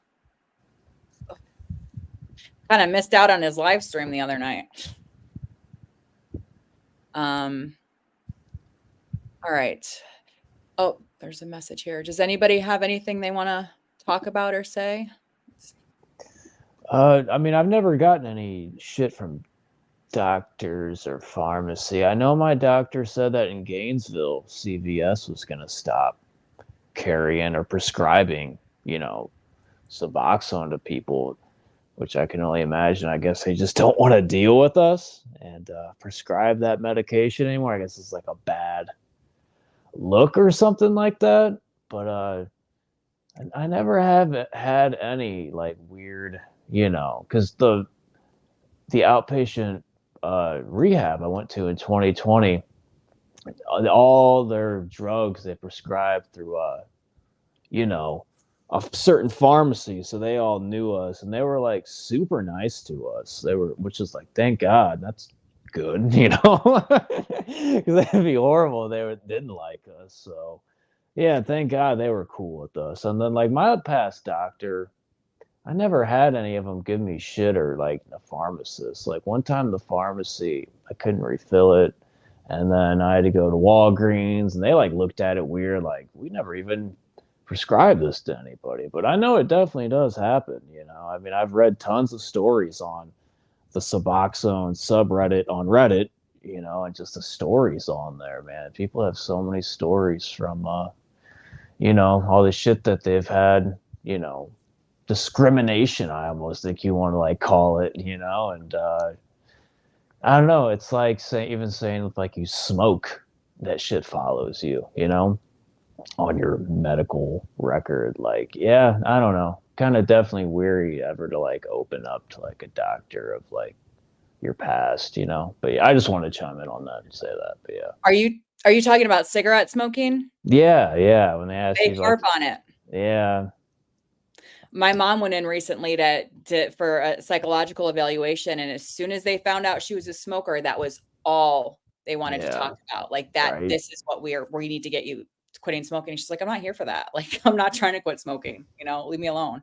Right. But I never felt I felt stigma at the pharmacy during my active addiction, but probably because I was always there like 26th, 27th day. And I'm like, can I refill? Can I refill? Can I refill? Like as soon as they opened. But once I was on Suboxone, I never felt like I got any attitude or judgment from the pharmacist. A lot of the time I had, they were out of it. But other than that, no, I never. Did you guys ever feel any stigma at the pharmacy? I've experienced it. Yeah, I've experienced a pharmacist that said he wouldn't fill my prescription. Wow. Jeez. Of Suboxone? Yeah, a couple times. Yeah. I was actually out of town, and I was at a pharmacy that I don't normally use, and my doctor called ahead, and like the pharmacist came out, and I mean it was just like he was treating me like a junkie or something. The way he responded to me, he said, "We don't feel that here." Like, okay. Right. That's wild. That's crazy. Wow. Anybody else ever have any issues with that?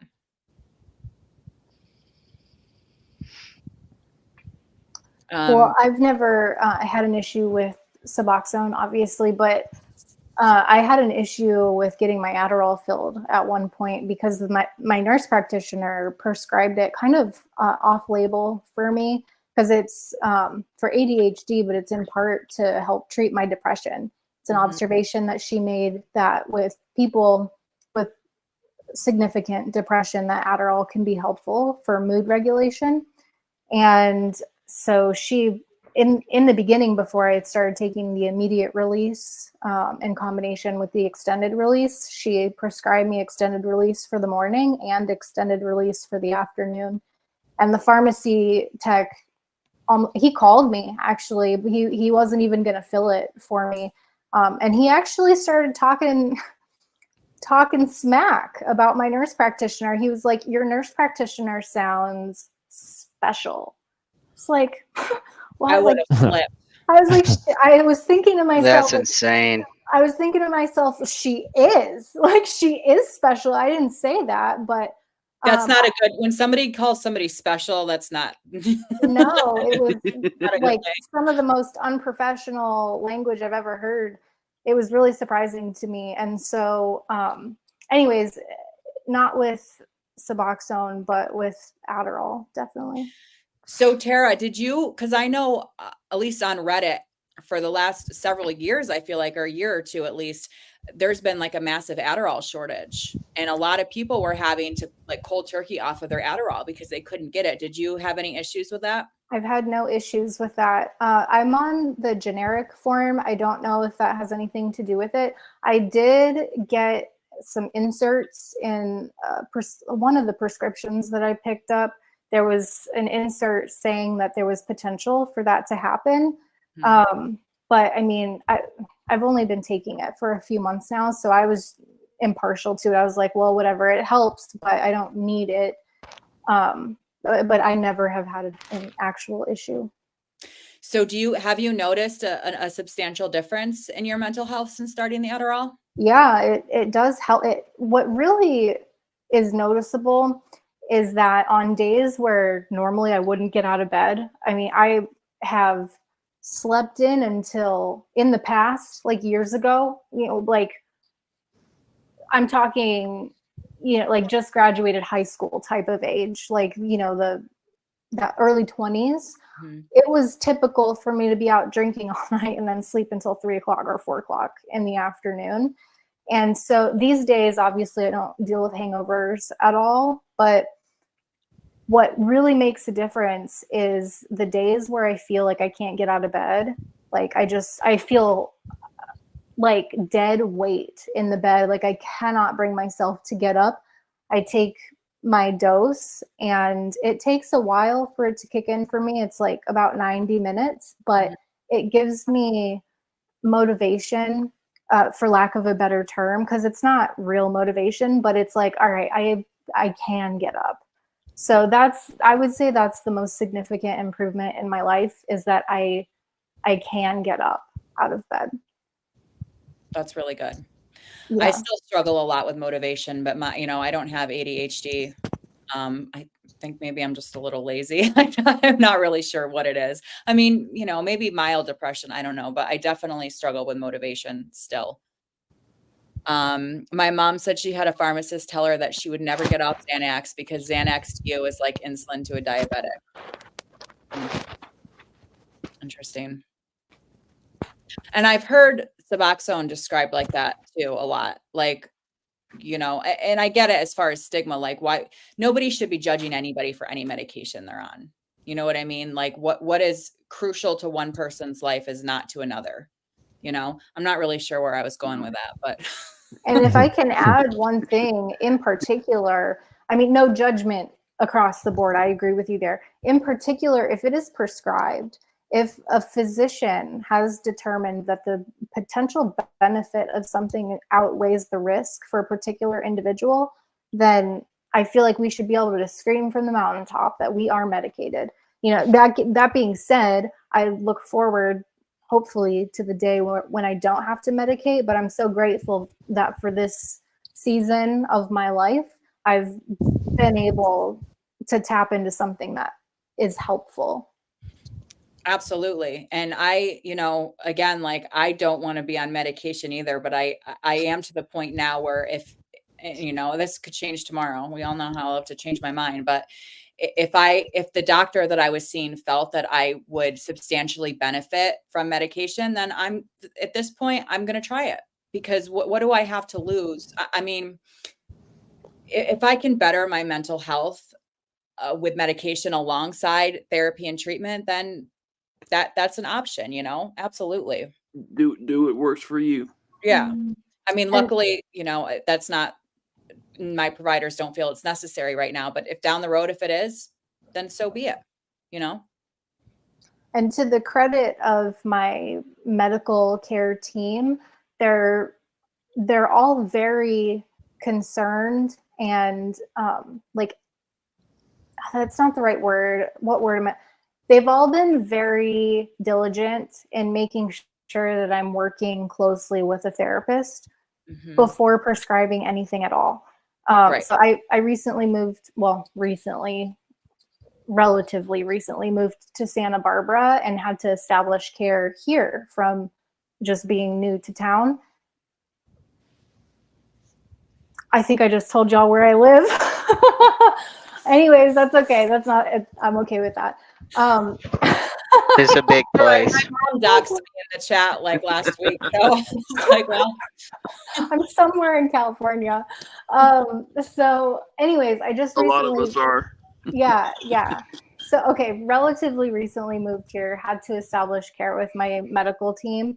And the new primary care physician that I have, that was like the first question when she saw, because I had my nurse practitioner here before I saw my primary care. My nurse practitioner is the one who does my medication prescribing, but my primary care physician saw what I was taking, and she was very concerned that I was seeing a therapist in combination. And that makes me really happy. It makes me feel really secure and confident that the medical care providers do care that we're actually getting better and that we're not falling into utilizing the medication as a crutch. Like, the medication in and of itself, for my psychology anyways, is not going to fix anything. For me, it's a bridge to get to the point where I can actually be mentally well. and that's how I looked at Suboxone. Like, it was a tool for me to use so that I wasn't having to deal with all these other things while I was in treatment. You know what I mean? And I love that they said that to you. I really do, because it means they're not just trying to, prescribe as much medication as possible. They're in it for your well-being. I love that. Get out of here. Go. Oh. Oh. Right. Megan, are you still in here? Are you back in here? I think she left a long time ago. Well, she left, and then it's showing that she's in here now, but let's see. Anybody have a topic you want to talk about? I appreciate it.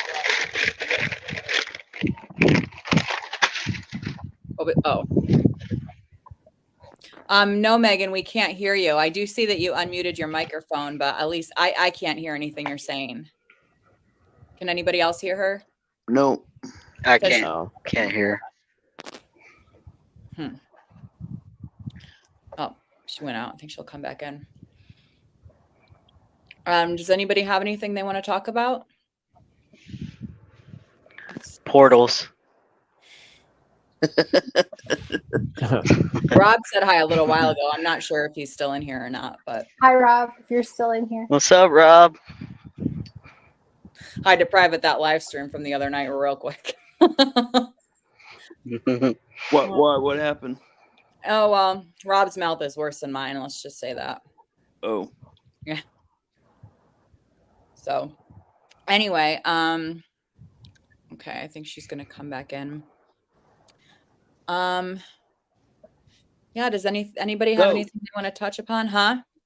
Go. Oh. Not you. What, are you dealing with your cats or something? Go. My dog. Dogs? Oh, okay. No, Megan, we couldn't hear you. Can you try to say something again? Yeah, I don't hear nothing at all. Not hearing you at all. And your microphone is not muted, so I'm not sure. Yeah, I wish Marky was still here to tell us about his Ibogaine, like the details of his experience. Yeah. I know he briefly went into that, but well, I think he said he was going to come back on. I think he's doing something for work, but I think he said he'd try to pop back on if he could. And I don't know if you've seen this or not, Morrison, but Marky did go on Kevin's channel a while back. So if you Google Kick-In Addiction Marky Ibogaine, you'll be able to see what he said over there. Yeah. His Okay, full story cool. was removed, not from Kevin's channel. It was on somebody else's channel, and that got removed. But yeah, I definitely would be very interested in hearing more about that. Dan, have you ever done anything like ibogaine or psilocybin or anything like that? Yeah, I've had a bad experience with everything, like all those hallucinogen drugs. I've never done the ibogaine. I've never done that, but yeah, I haven't either.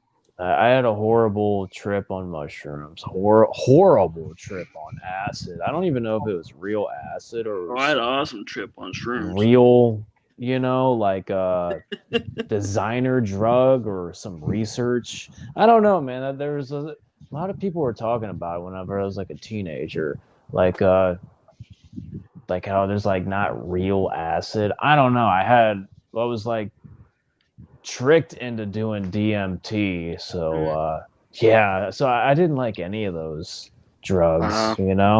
I never had a bad experience with ecstasy. I thought that was a pretty cool drug. I mean, I wouldn't do it now. So back when I was in like high school in 06, 07, but there is a website that you can buy microdose little mushrooms in a capsule.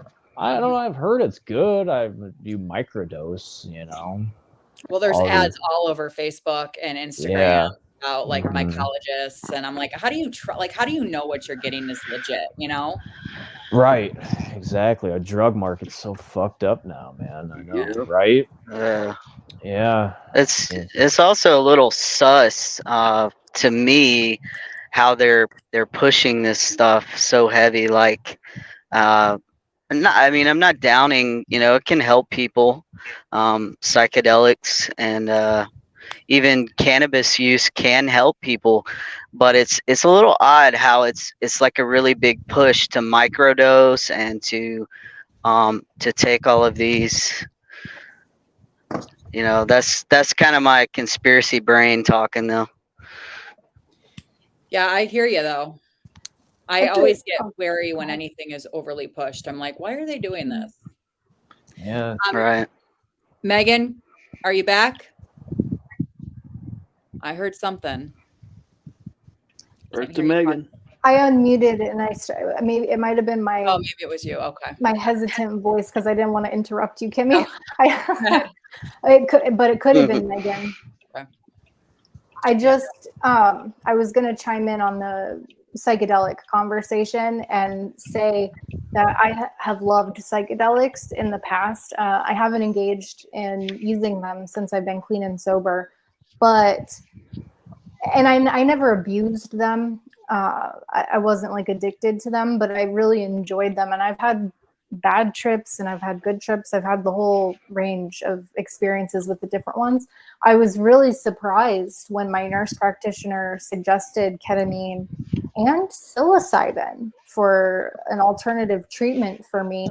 She wants me to start with ketamine and potentially move to psilocybin, and it might be covered next year by my insurance, the psilocybin.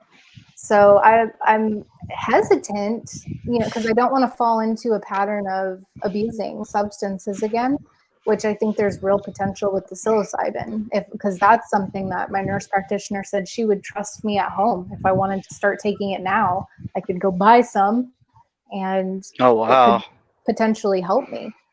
But we decided that starting with ketamine would be a better route to go. And being that insurance might cover it, it's like, all right, there's some time to kind of figure out what I'm going to do. And I don't need to rush into something like that. But I've also heard, and please, I'm interested in other people's perspectives if they've had experiences with people who abuse the microdosing, like with the full intent. Like, I'm not talking about people who just love to trip. I'm talking about people who are not trying to abuse psilocybin, but who engage with it for a therapeutic purpose. Have you known anybody to have success with it? I've never known anybody in my personal life who's used it medicinally, other than, just doing shrooms. So I can't really speak on that. Anybody else? No, same. So, I don't know either. So Tara, I have two buddies of mine. One has had great results with microdosing psilocybin, and the other one originally had great results, and then it kind of the addiction reared its ugly head. And so, yeah, it's kind of been a mixed thing where I've seen two people, one that it's helped and one that kind of sent him down a spiral into previous addictive substances that he used. Do you mean that he's now abusing the psilocybin, or that he was inspired to pick up substances that he's abused in the past? So from what I've gathered, it was really helping him for about 6 months. And then he started getting cravings and triggers for starting to need going it back more and more. Yeah, like he started taking more and more, overusing it to where I guess he, and then he started using other substances that he was previously addicted to. Wow. Kevin just said a good friend of his started with a microdose of psilocybin, and now they take big amounts every day. Yeah. So I mean, anything can be abused. Like, I even heard kratom, like they wanted to try to extract the alkaloid out of it to use it, but I don't know. That'll probably never happen, you know. But it wouldn't surprise me if it did happen. And they should, though. I mean, it is one hell of an, just to use it for pain, to treat, like, you know, another form of MAT. I don't know, you know, but I don't think the FDA wouldn't want to fuck with it anytime soon, you know? I don't know. Do you think kratom is, I guess, looking at it from like a harm reduction standpoint, safer, I guess, if somebody can use it to get off of heavier drugs? Or do you think it's sort of just maybe trading one thing for another? Like, you know, I don't really know my thoughts on kratom because, again, I don't have any experience with it, but it can be really helpful if you're really dope sick, you know? I mean, I don't, you know, as long as you don't have any like liver issues, you know. It never really helped me. Yeah, some people will say that, Brandon. Some people say it didn't do shit. I don't know. It's really weird, you know. I don't know if this new fentanyl has something to do with it. I don't know, but it definitely helped with my withdrawals, you know. Yeah, but then, you know, I didn't think I was doing anything wrong because I was like, it's just a plant, you know, I'm drinking it every day. I didn't think it was anything wrong with it. And then I just started craving it more and more. And yeah, it became a problem. I'm interested if you know anything about this. Like, my thought on fentanyl was, I guess, medicinally, it's a very short acting medication naturally. But now with like the fentanyl people are getting on the street, like if they use Suboxone within like several days, a lot of people are going into precipitated withdrawal because the fentanyl is still in their system. Yeah, it's crazy. It's wild. All the precipitated withdrawal shit's wild, man. That's like the number one thing people talk about on Reddit, on the Suboxone subreddit, about like, when should I take my Suboxone? And yeah, it's crazy how some of these analogs stay in you for so long. You know, like I've always wondered if they have to like maybe try to make another kind of MAT drug to combat this fucked up ass fentanyl that just stays in your system for so long. You know, it's pretty crazy. Like, you know, with oxy and heroin, you could put it under your tongue and it could relieve your withdrawal. But now with fentanyl, it's like really weary. Like everybody doesn't know when to take their Suboxone. You know, you got to like do that Bernice method and shit now. And that became like a big thing of doing all that whole thing and, you know, microdosing Suboxone while still doing fentanyl and introducing that. Yeah, it's wild. It really is crazy, you know. Yeah. I'll never be like a complete hater on kratom. I mean, I still like it. I just can't do it anymore, you know. It does have some good benefits to it. I'm the one that messed up and got so dependent on it and really liked it a lot and just went crazy with it, you know. But it definitely has some good properties and characteristics to it to help relieve your symptoms for sure. But I feel like that's true of most plant medication. Like some people can use cannabis Mhm. medicinally and not, have any issues or get addicted to it, and others can't, Right. Yeah, Kevin, go ahead. oh, no, go ahead. I was just going to say something similar, Kimmy, and that would be my motivation to try the psilocybin microdosing. I've never microdosed on psilocybin before. I've always taken big doses. And so I don't know what that would be like, but I have been doing some research on ketamine and psilocybin. And the data says that it can rewire your brain, and the same with Adderall, actually. If taken for a period of time, not long term, but if taken for a period of like 18 months, Adderall can rewire your brain, and you won't need it anymore, but your brain will still function as if it has it, if it's not abused and taken for the right amount of time. So that, again, like, that's part of my hesitation to stop, because if I can get a long-term benefit from engaging with it for a period of time, then I'm totally open to that. But back to the plant medicine thing, I'm leaning towards trying the ketamine and potentially even microdosing with the psilocybin, because I think my brain needs some help. There's some sort of, I hesitate to say imbalance, because like we don't actually know what's going on in there. But I think, Morrison, you said it earlier with your experience, like you can just tell something's missing. Yeah. And Mhm. if there's, especially if there's something natural that I can try that will help me to get some relief from that and help me to function better and to serve the community better, then I'm all for that. Absolutely. Real quick, Megan, I see I pulled you in. Are you here? Hey, any luck? Can you Yes. hear me? Yes. Oh my Yay, we can gosh. hear you. I'm sorry. Okay, Yes. I didn't Hey, want there to she is. pipe in until I knew for sure. Okay, glad to be here, back on Yes. track. Let me just read Kevin's comments quick. If you guys can't see him, he said, and I think this is about the psilocybin, got to treat it like anything else. Proceed with extreme caution, especially for folks with substance use disorder. Then he Can says, you pull it up on the screen? yeah, but it's probably going to cut your guys' faces off. Oh no, there we go. So the next comment was, I just learned something. Oh yeah. Kratom works great at kicking withdrawal down the road, but many people falsely think there won't be a withdrawal. And then I just learned something new today. The subfilms have a higher bioavailability than the tabs. Very interesting. I'd never heard that.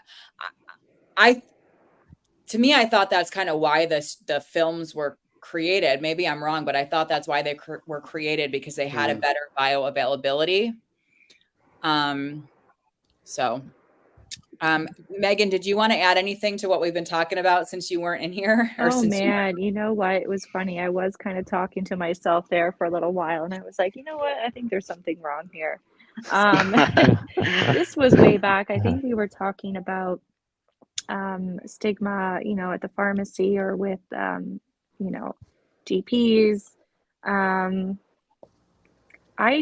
You know what? I never really had much stigma at the pharmacy. However, I was, and forgive me if I'm kind of just going back here, but I wonder if you guys or anyone else that has ever experienced this.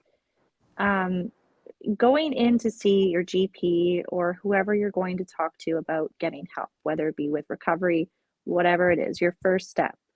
And you go in there with a plan on what to talk about, and you get that disconnect with the doctor or whoever, and suddenly you change your story and you freeze up and you feel like you can't be honest. You feel like you're leaving out bits of what's really happening, and you walk away unsatisfied. Or maybe you did go in there and you did lay everything out on the line and you still walked away unhappy. And I don't know, sometimes it's our own fault. In my experience, it's my own. I've been so anxious to talk about recovery, However, I also wonder sometimes if it's the stigma. Am I dealing with somebody who is working with me who, you know, isn't familiar with it or doesn't have a loved one in recovery? It goes back on what, you know, Rachel was talking about with the stigma. That's pretty much what I was just going to add. Does anybody want to elaborate on that? My primary care provider, like I was due for a new script on like a Friday, and I couldn't wait that long. And I called him on Wednesday and said, I'm addicted. I'm going to get help. Do not send my script into the pharmacy. And I was really, really nervous about it. I was like, he's going to hate me. Like, he's going to think I've been playing him, which, you know, I kind of was. Like, I definitely was exaggerating my pain for years. And then I found out when I came back in, like, no judgment at all. And he confessed to me that he also struggled with addiction issues. Oh, wow. So it was really, really good. But then, like, he wasn't so thrilled about me getting on Suboxone. He kind of was, you know, a little bit like, oh, well, you're trading one thing for another. You're going to eventually have to get off that. And then a couple of years later, when I did get off it and I let him know, and I called him to be like, I'm in a panic here, like I'm going through withdrawal. He was like, well, why'd you get off of it? Like, studies show, you know, higher success rate staying sober. And I'm like, what are you talking about? Like, this whole time you've been like, why are you on this? So anyway, that's my experience. Marky is in here. He's back. Hey, Marky. Twisted. Can you hear me? What's up, Marky? Hi, Marky. Hello. Hello. What's up, Mark? Can you hear me good? Yes. All right. I'm driving. That's why I cut the thing off, but I'll mute it when I'm not talking. Okay. Megan, I want to add something to what you just shared with us. And that's that I think oftentimes when we're first getting clean and sober and engaging in recovery, it's really uncomfortable to admit that we've had a problem and that we've lost control. Because essentially that's, I think, where a lot of us find ourselves, that we literally can't control ourselves anymore. So when you make yourself, or when we make ourselves as vulnerable as to say, I'm throwing up a flag, I need help. And then when it's met with maybe a blank stare or a look that we perceive to be a judgmental look from someone who maybe doesn't, like you were saying, maybe they don't have experience, maybe they've never abused a substance or don't know anybody in their immediate circle, and maybe they do have stigma about it. I think it's easy for people in our shoes to then pick up on the confusion or the judgment or whatever it is that person was showing you. And I think that's probably, I'm not a mental health professional, but I just think that you have probably learned to conceal your behavior and hide it from people. Definitely. And so I think it makes a lot of sense if you happen to be paired with someone who lacks an understanding of the severity of the situation and also how much courage it takes to throw that flag up in the air, that you were probably picking up their lack of information. You know, they're clearly not trained to be able to help someone like you or like me in that stage. So I want to commend you for seeking out help and encourage you to continue on this journey, continue to be honest with people, because eventually I think we find the right people come in our path. But it's really unfortunate that you were met with someone who didn't know how to give you the kind of support that you deserve. Thank you so much for saying that, Tara. I appreciate you. Mm-hmm. Absolutely. And it blows my mind with how much they push this opioid epidemic down everybody's throat. But you admit that we're in an opioid epidemic, but you're not knowledgeable to help people through it, you know? Yeah. So, Marky, I don't know if you were listening this whole time, but a couple people wanted you to talk a little bit more about iboga, if you're willing to do that. Yeah, we can talk about it. It's fine. What do you want to know? Well, do you want to give like a brief summary? I know, like I said, you have a video on Kevin's channel, but just of kind of like why you know, where you were at in your journey and why you decided to use iboga and what your experience was like. Yeah, I was at I've done some research on it, you know, how it can cure addiction. Sorry, that's gonna be loud. Hold on. That sounded like a fire alarm. Give me a panic attack. My fire alarm went off today using my air fryer. Yeah, stop. Oh, I can't go over a certain speed or that's gonna rip. Oh, So anyway, yeah. So yeah, I just did research on it, and like I felt it was a perfect thing for me to take. Like I was saying earlier, I was going to go to Mexico to do it. However, that didn't work out. I ended up hearing an episode on Crow 777 where I heard, you know, James from Grounded Extracts. He talked about it a little bit, and I was like, this dude can help me. So I ended up going a different route where I was able to acquire it and take it at home. I did take a couple of months, so I needed time anyway because I had to switch to Kratom anyways before it came. I planned my vacation. I took it during spring break 2 years ago, almost. And how it works is basically like I fasted. I was ready to go. But last Friday I was at work before I had 9 days off.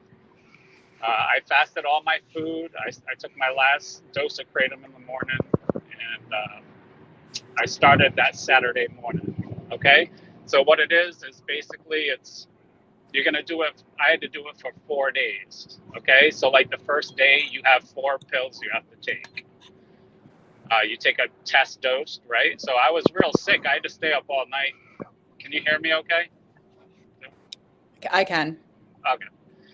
Yeah, so you know, I was up all night because I was withdrawing anyway, and I started at 7 in the morning. So the first thing you do is you take a test dose, right? And what that does is all of a sudden it totally rids you of all your withdrawals, right? And you feel like really amazing. Your body starts to feel good, and you get comfortable. And I fell asleep, right? And then you have to wait an hour. You take your second dose, which my wife took over from there because I just fell asleep, basically. She just woke me up every hour to give me, you know, the third and fourth pill. They bring you into it slowly.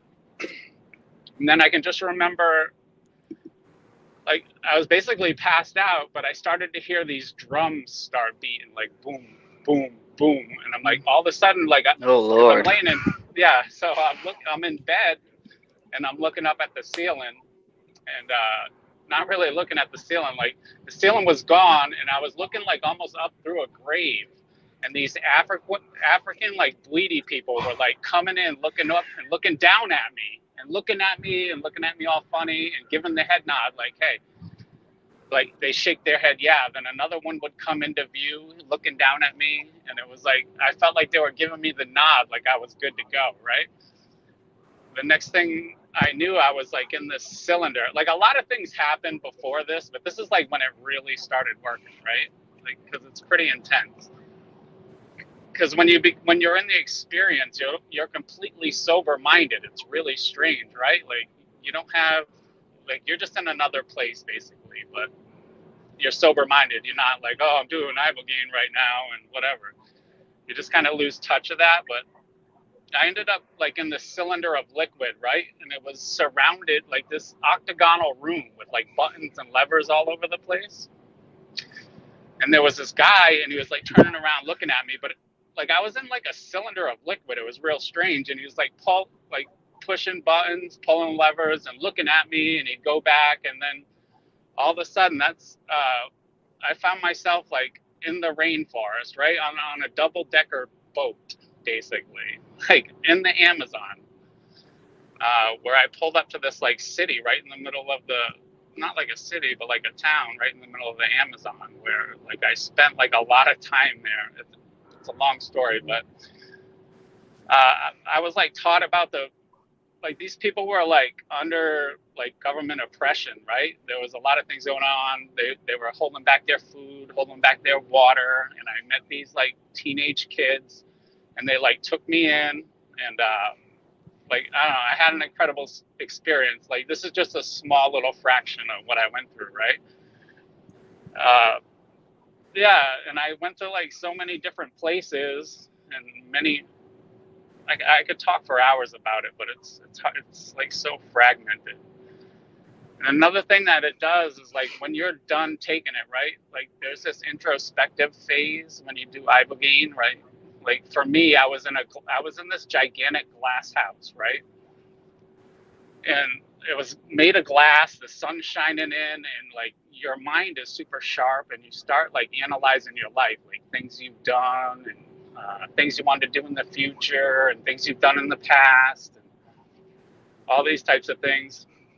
And just like all of a sudden all these voices started coming out, like people were talking about me, like, oh, look at him, he thinks he's better than everyone else. And I'm like, I was kind of like, huh?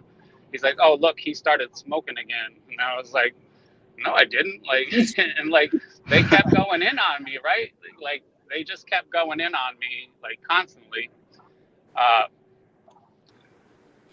Like it was like when you do ibogaine, right? Like in reality, you get these like rushes.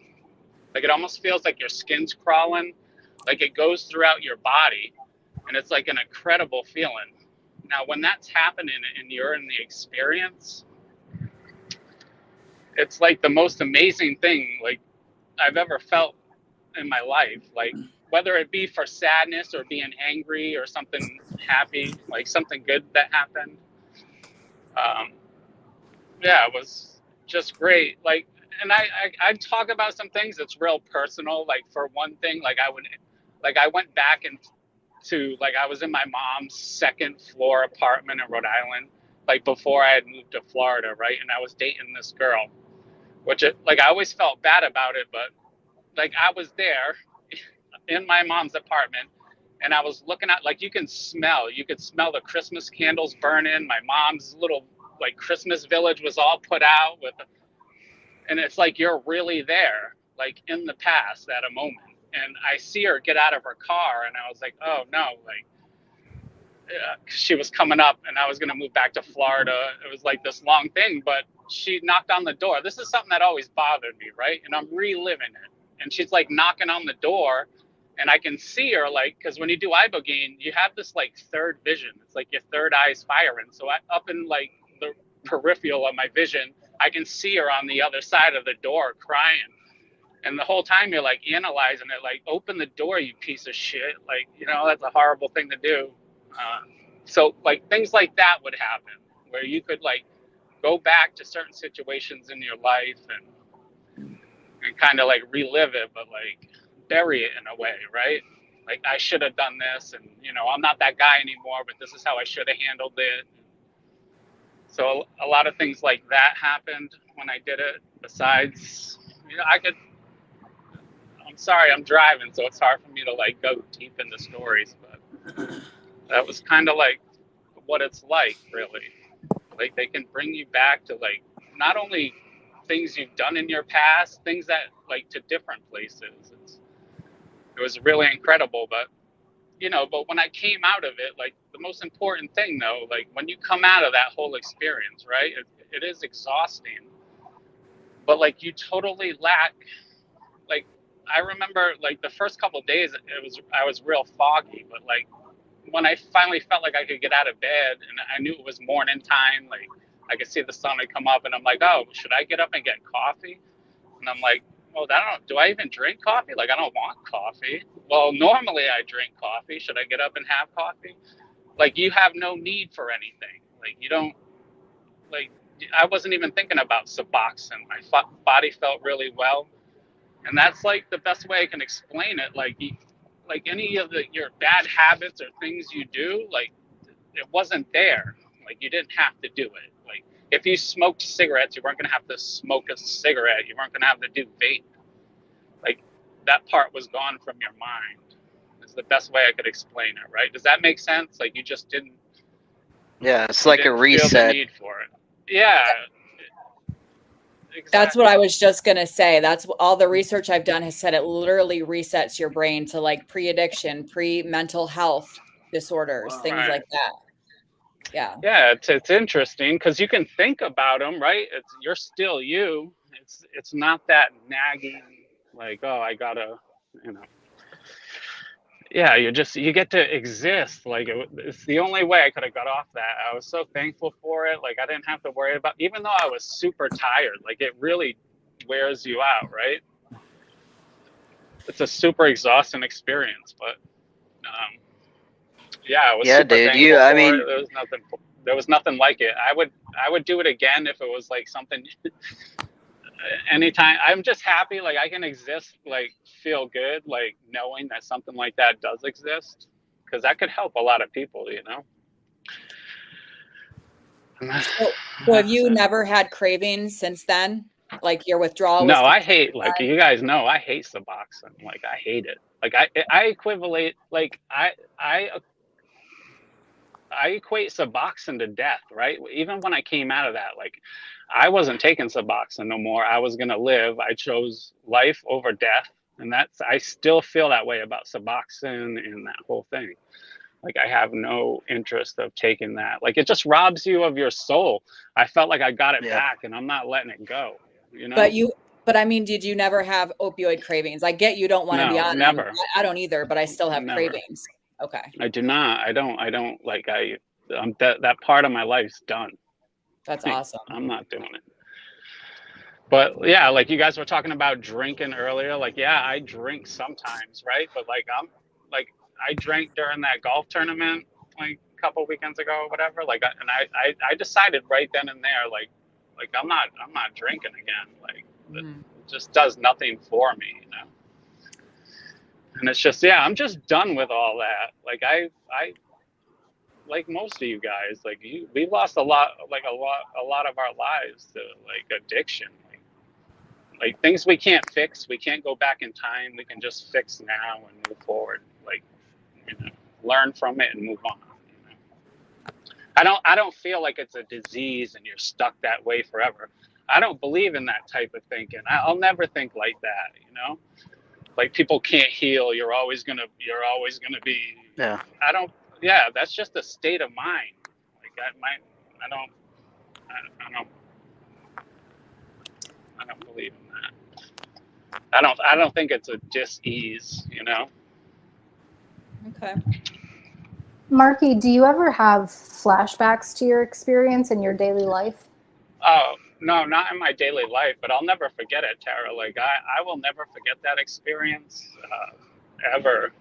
Like I swear, like those people feel like family to me. Like, and I can recall things like they did and said. Like it's crazy. I know it sounds crazy, right? Because those people, like, even though I know it wasn't, I feel like it wasn't real. Like there is an emotional attachment because it was so real to me, right? And they did help me so much. Like so many, like all the people that I met when I did it. But trying to explain these things is impossible, you know. Dude, I think they're real.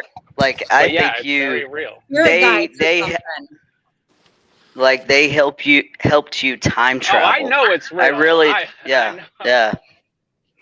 Like I really feel that you I believe it too. when you step into that. Yeah.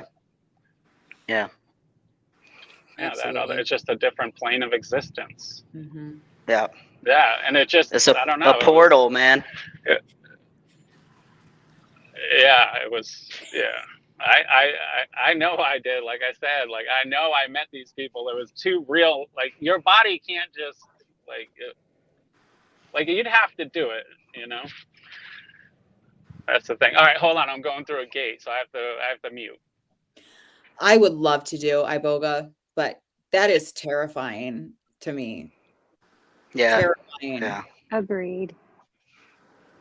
I mean, I'm on the opposite end of the spectrum where I'm like, that sounds so sweet. It sounds like I love the idea of it. So good to be true. You know what I mean? I disassociate enough every day without medication. You know what I'm saying? I hear that, Kimmy. The only happy. The only part that ever made me want to take ibogaine was what he was saying at the end, like when he came out of it, that reset. Right. You know. That's what and I actually, you know, and I don't want to delve too much into this, but I was doing research, and it's been, people have had really good success with personality disorders and iboga, just resetting back to like you know, yeah. But Marky told me before, like, you see what you need to see. I always Yeah. thought it would be like a life review. Like you would see all, like, from an outside perspective, you would kind of see your whole life, you know, from that other perspective, and be able to understand things better. But that medicine cares about you. Like, you have to understand, you're not all in la la land, right? You're sober minded, having these experiences, right? And this thing is like teaching you things. And I felt like iboga cared for me. Like, it was trying to help me. Like, I felt well cared for. I didn't have a bad experience at all. It was amazing. Some people do. Some people have a tough time with it, but not for me. It wasn't that way. It was amazing.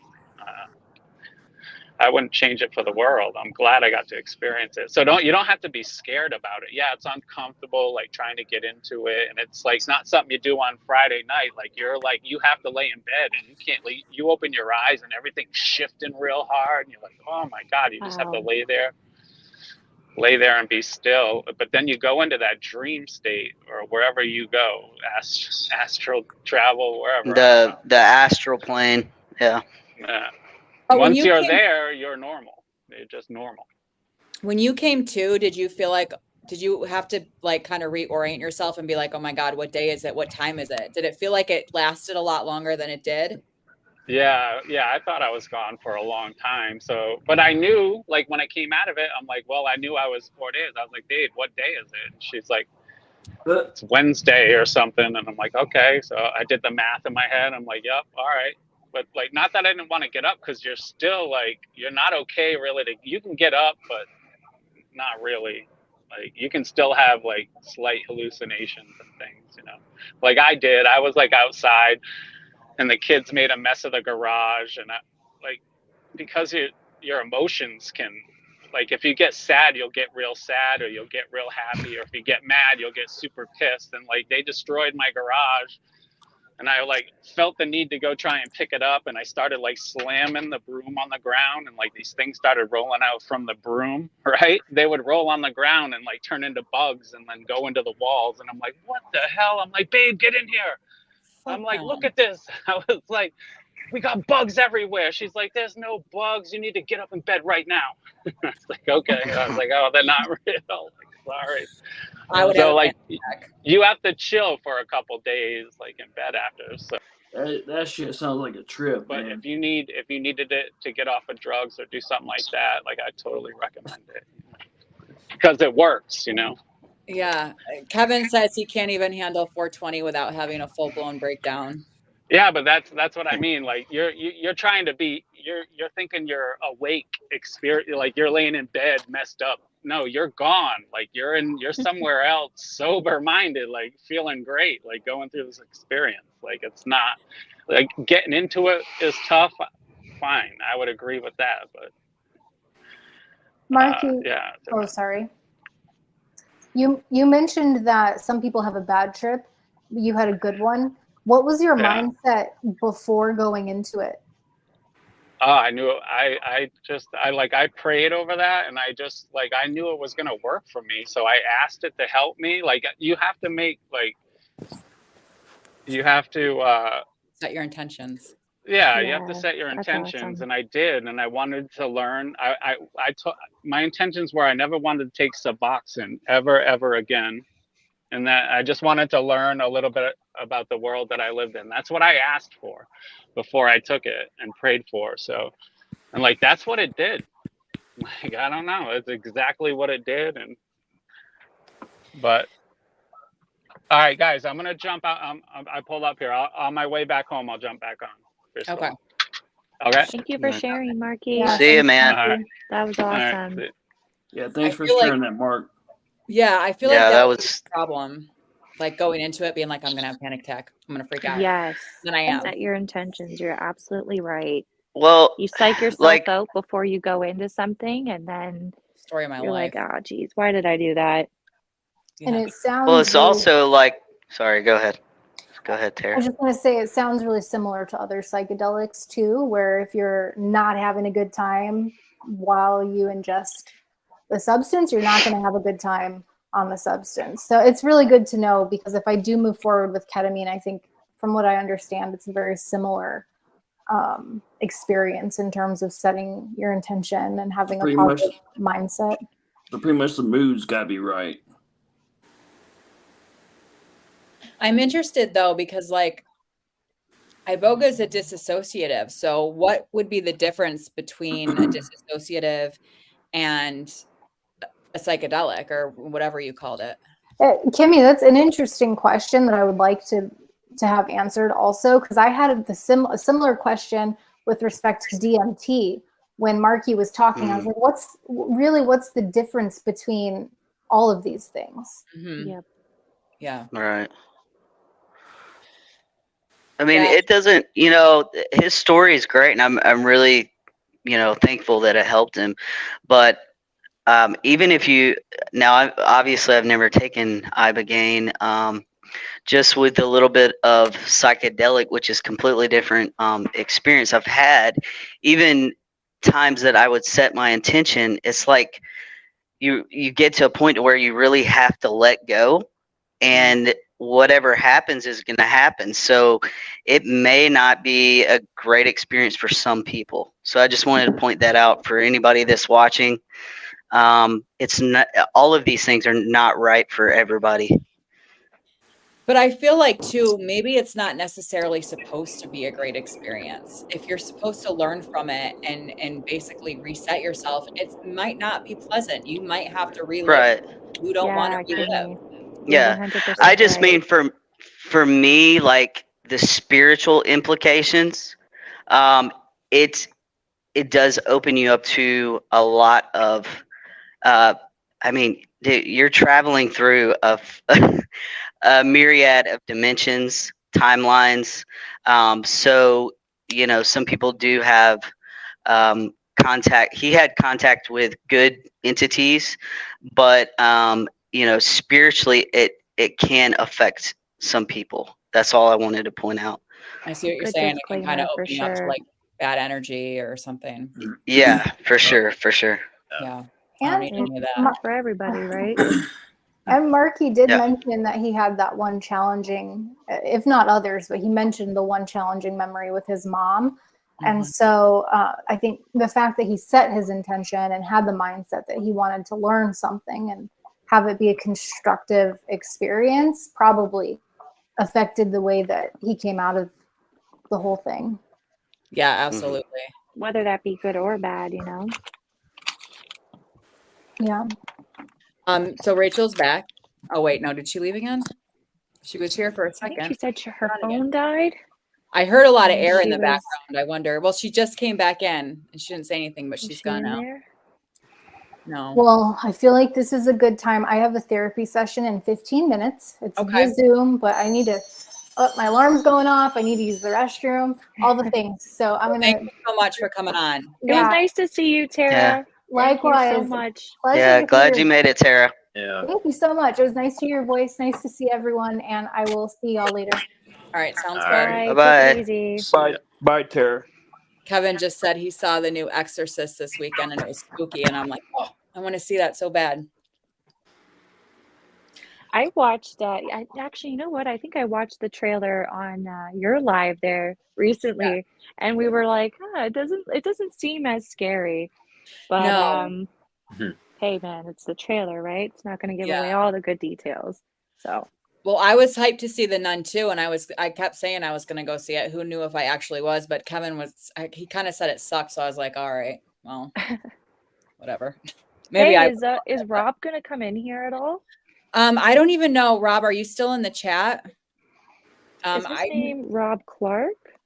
Yeah. I saw somebody name that earlier. Yeah. He might still be at work. But yeah, we'll see. And I think I'd asked Kevin if he's still planning on coming on, and he said he was just enjoying listening to everybody. So we'll It's okay, see. But Kevin. You come do on up, enough Kevin. Kevin, up. you party pooper. You can sit back and enjoy. Yeah, Kev might need a break. You know what I mean? Yeah, that's true. He's always streaming. That's so true. Oh my gosh, we've been going for a while. Morrison, Brandon's where are still in you here? from?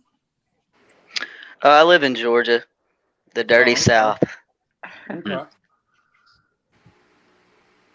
Got my camo on. Nice, nice. We should do this once a month. Yeah, you I'm settle down. on- Yeah, it's Yeah. super fun. I Right? think it's a good 100%. idea for sure. I just never know where to go, like what to talk about. So thank God you guys have been great and like steering the conversation because I'm not good at this. You know what, It's Kimmy, though, you are really good. You're really good at, I don't know, just making everyone feel heard. So I was I pretty agree. nervous. I agree. yes. So- You're a great moderator, Kimmy. Oh, thank you guys. That's so nice. Dan, do you see Kevin's question to you on the screen? Still work for the NFL when you move in here soon, bro. Here really soon. Yeah.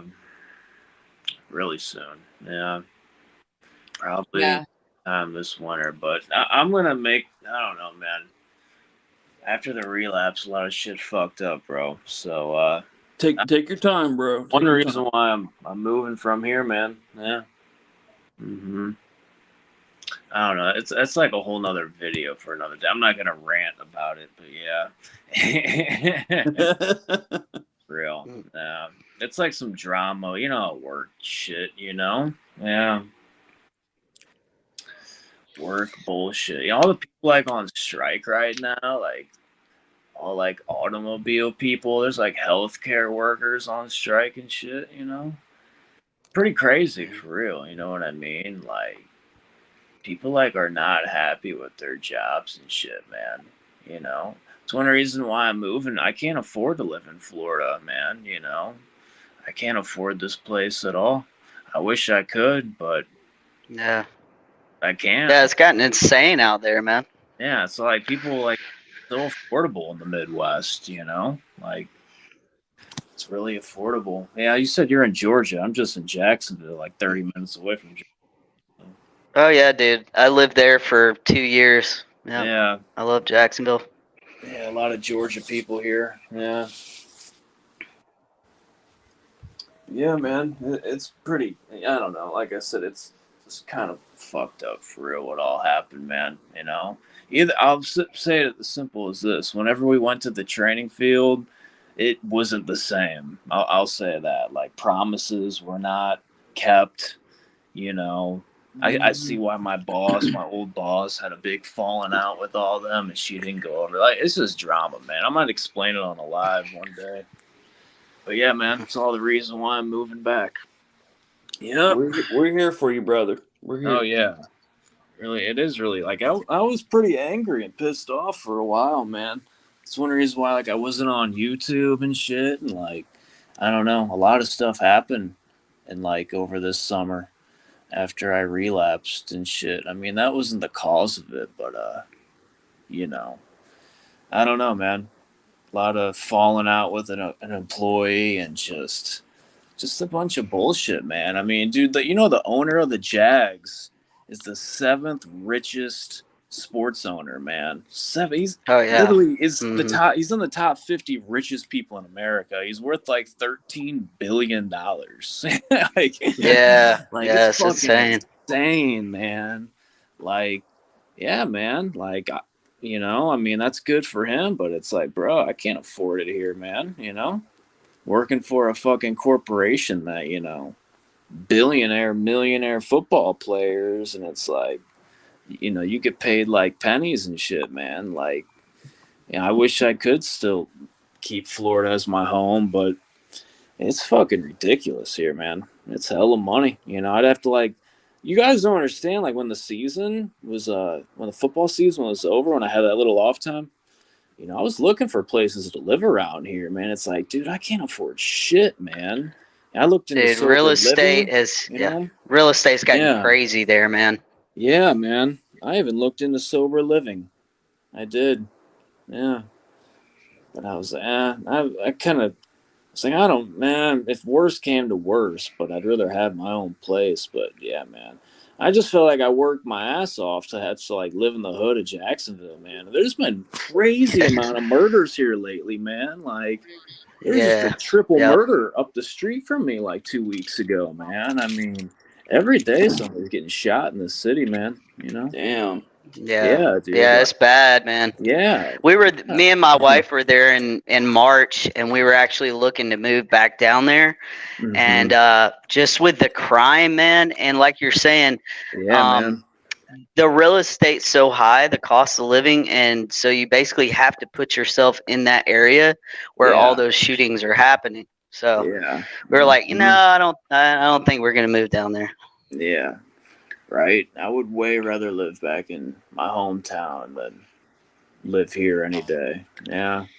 It really. Hey, Yeah, you guys can come up to Canada. I've always wanted to go to Ottawa. Yeah.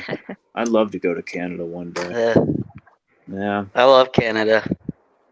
Yeah, you were saying you went to Toronto, Morrison. Yep, I did. It's been a long time ago, back in like 2009, I believe.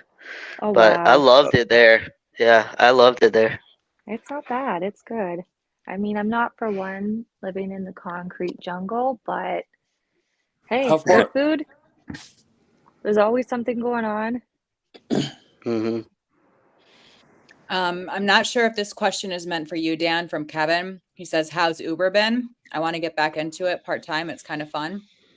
Yeah, so I mean, of course, the football games. We have the big Georgia, Florida game here. It's gonna be at the end of the month. That game is fucking nuts. That's gonna be crazy. So it sucks. You live in. I mean, I'm not gonna say your location if you want me to, Kevin. But like, I don't think there's any sport. You don't have a football team there, man. You know. But luckily, like you said, we have football. You know, I mean, I still like the Jags. It wasn't them. Like when we went from. But it has been good. I'm just going to say one more thing about it. Like, whenever we went to the new training field, I had a big falling out with one of my coworkers. I almost punched this dude straight in the face, man. Like I almost did the last week, dude. That's how mad I screamed at him at the top of my lungs, dude. Like, that's how angry I was at this man. You know, we work in a fucking massive football stadium, dude. And he would just wander away and like, oh my gosh, dude, I've never wanted to strangle another man so bad in my life. Like, and I'm not like that, man. I don't like being angry like that. And that dude really used to make me so angry and so pissed off. And was that before you relapsed or after you relapsed? Before. This is before. It was during like June, you know, back in May and June. Yeah, man. That job was a lot. That was such a mentally stressful job.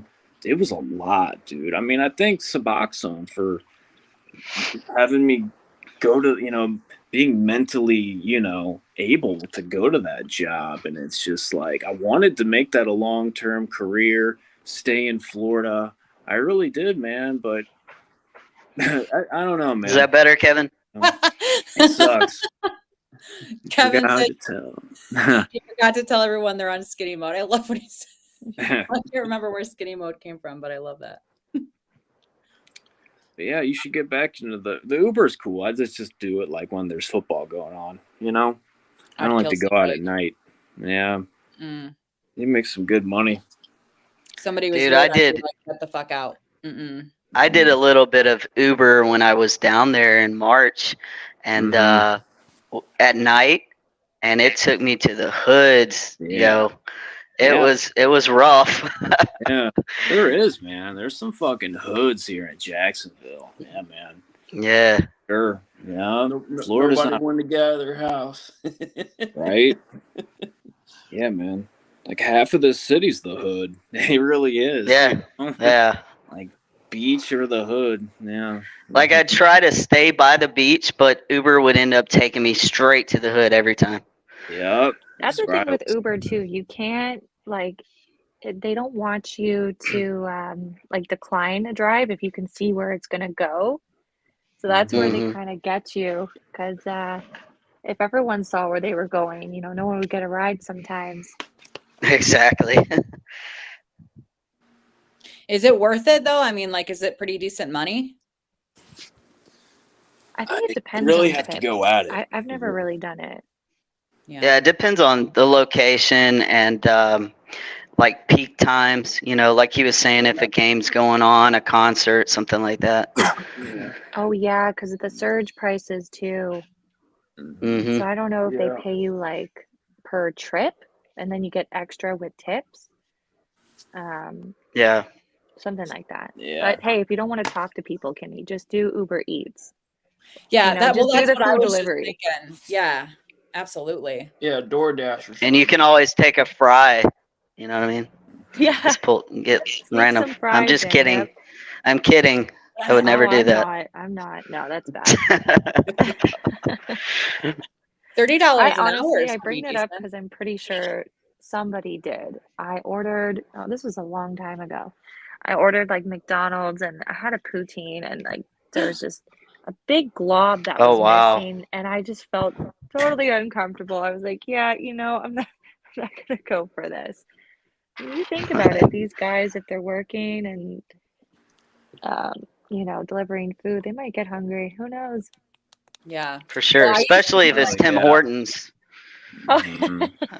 I'm gonna steal some Timbits.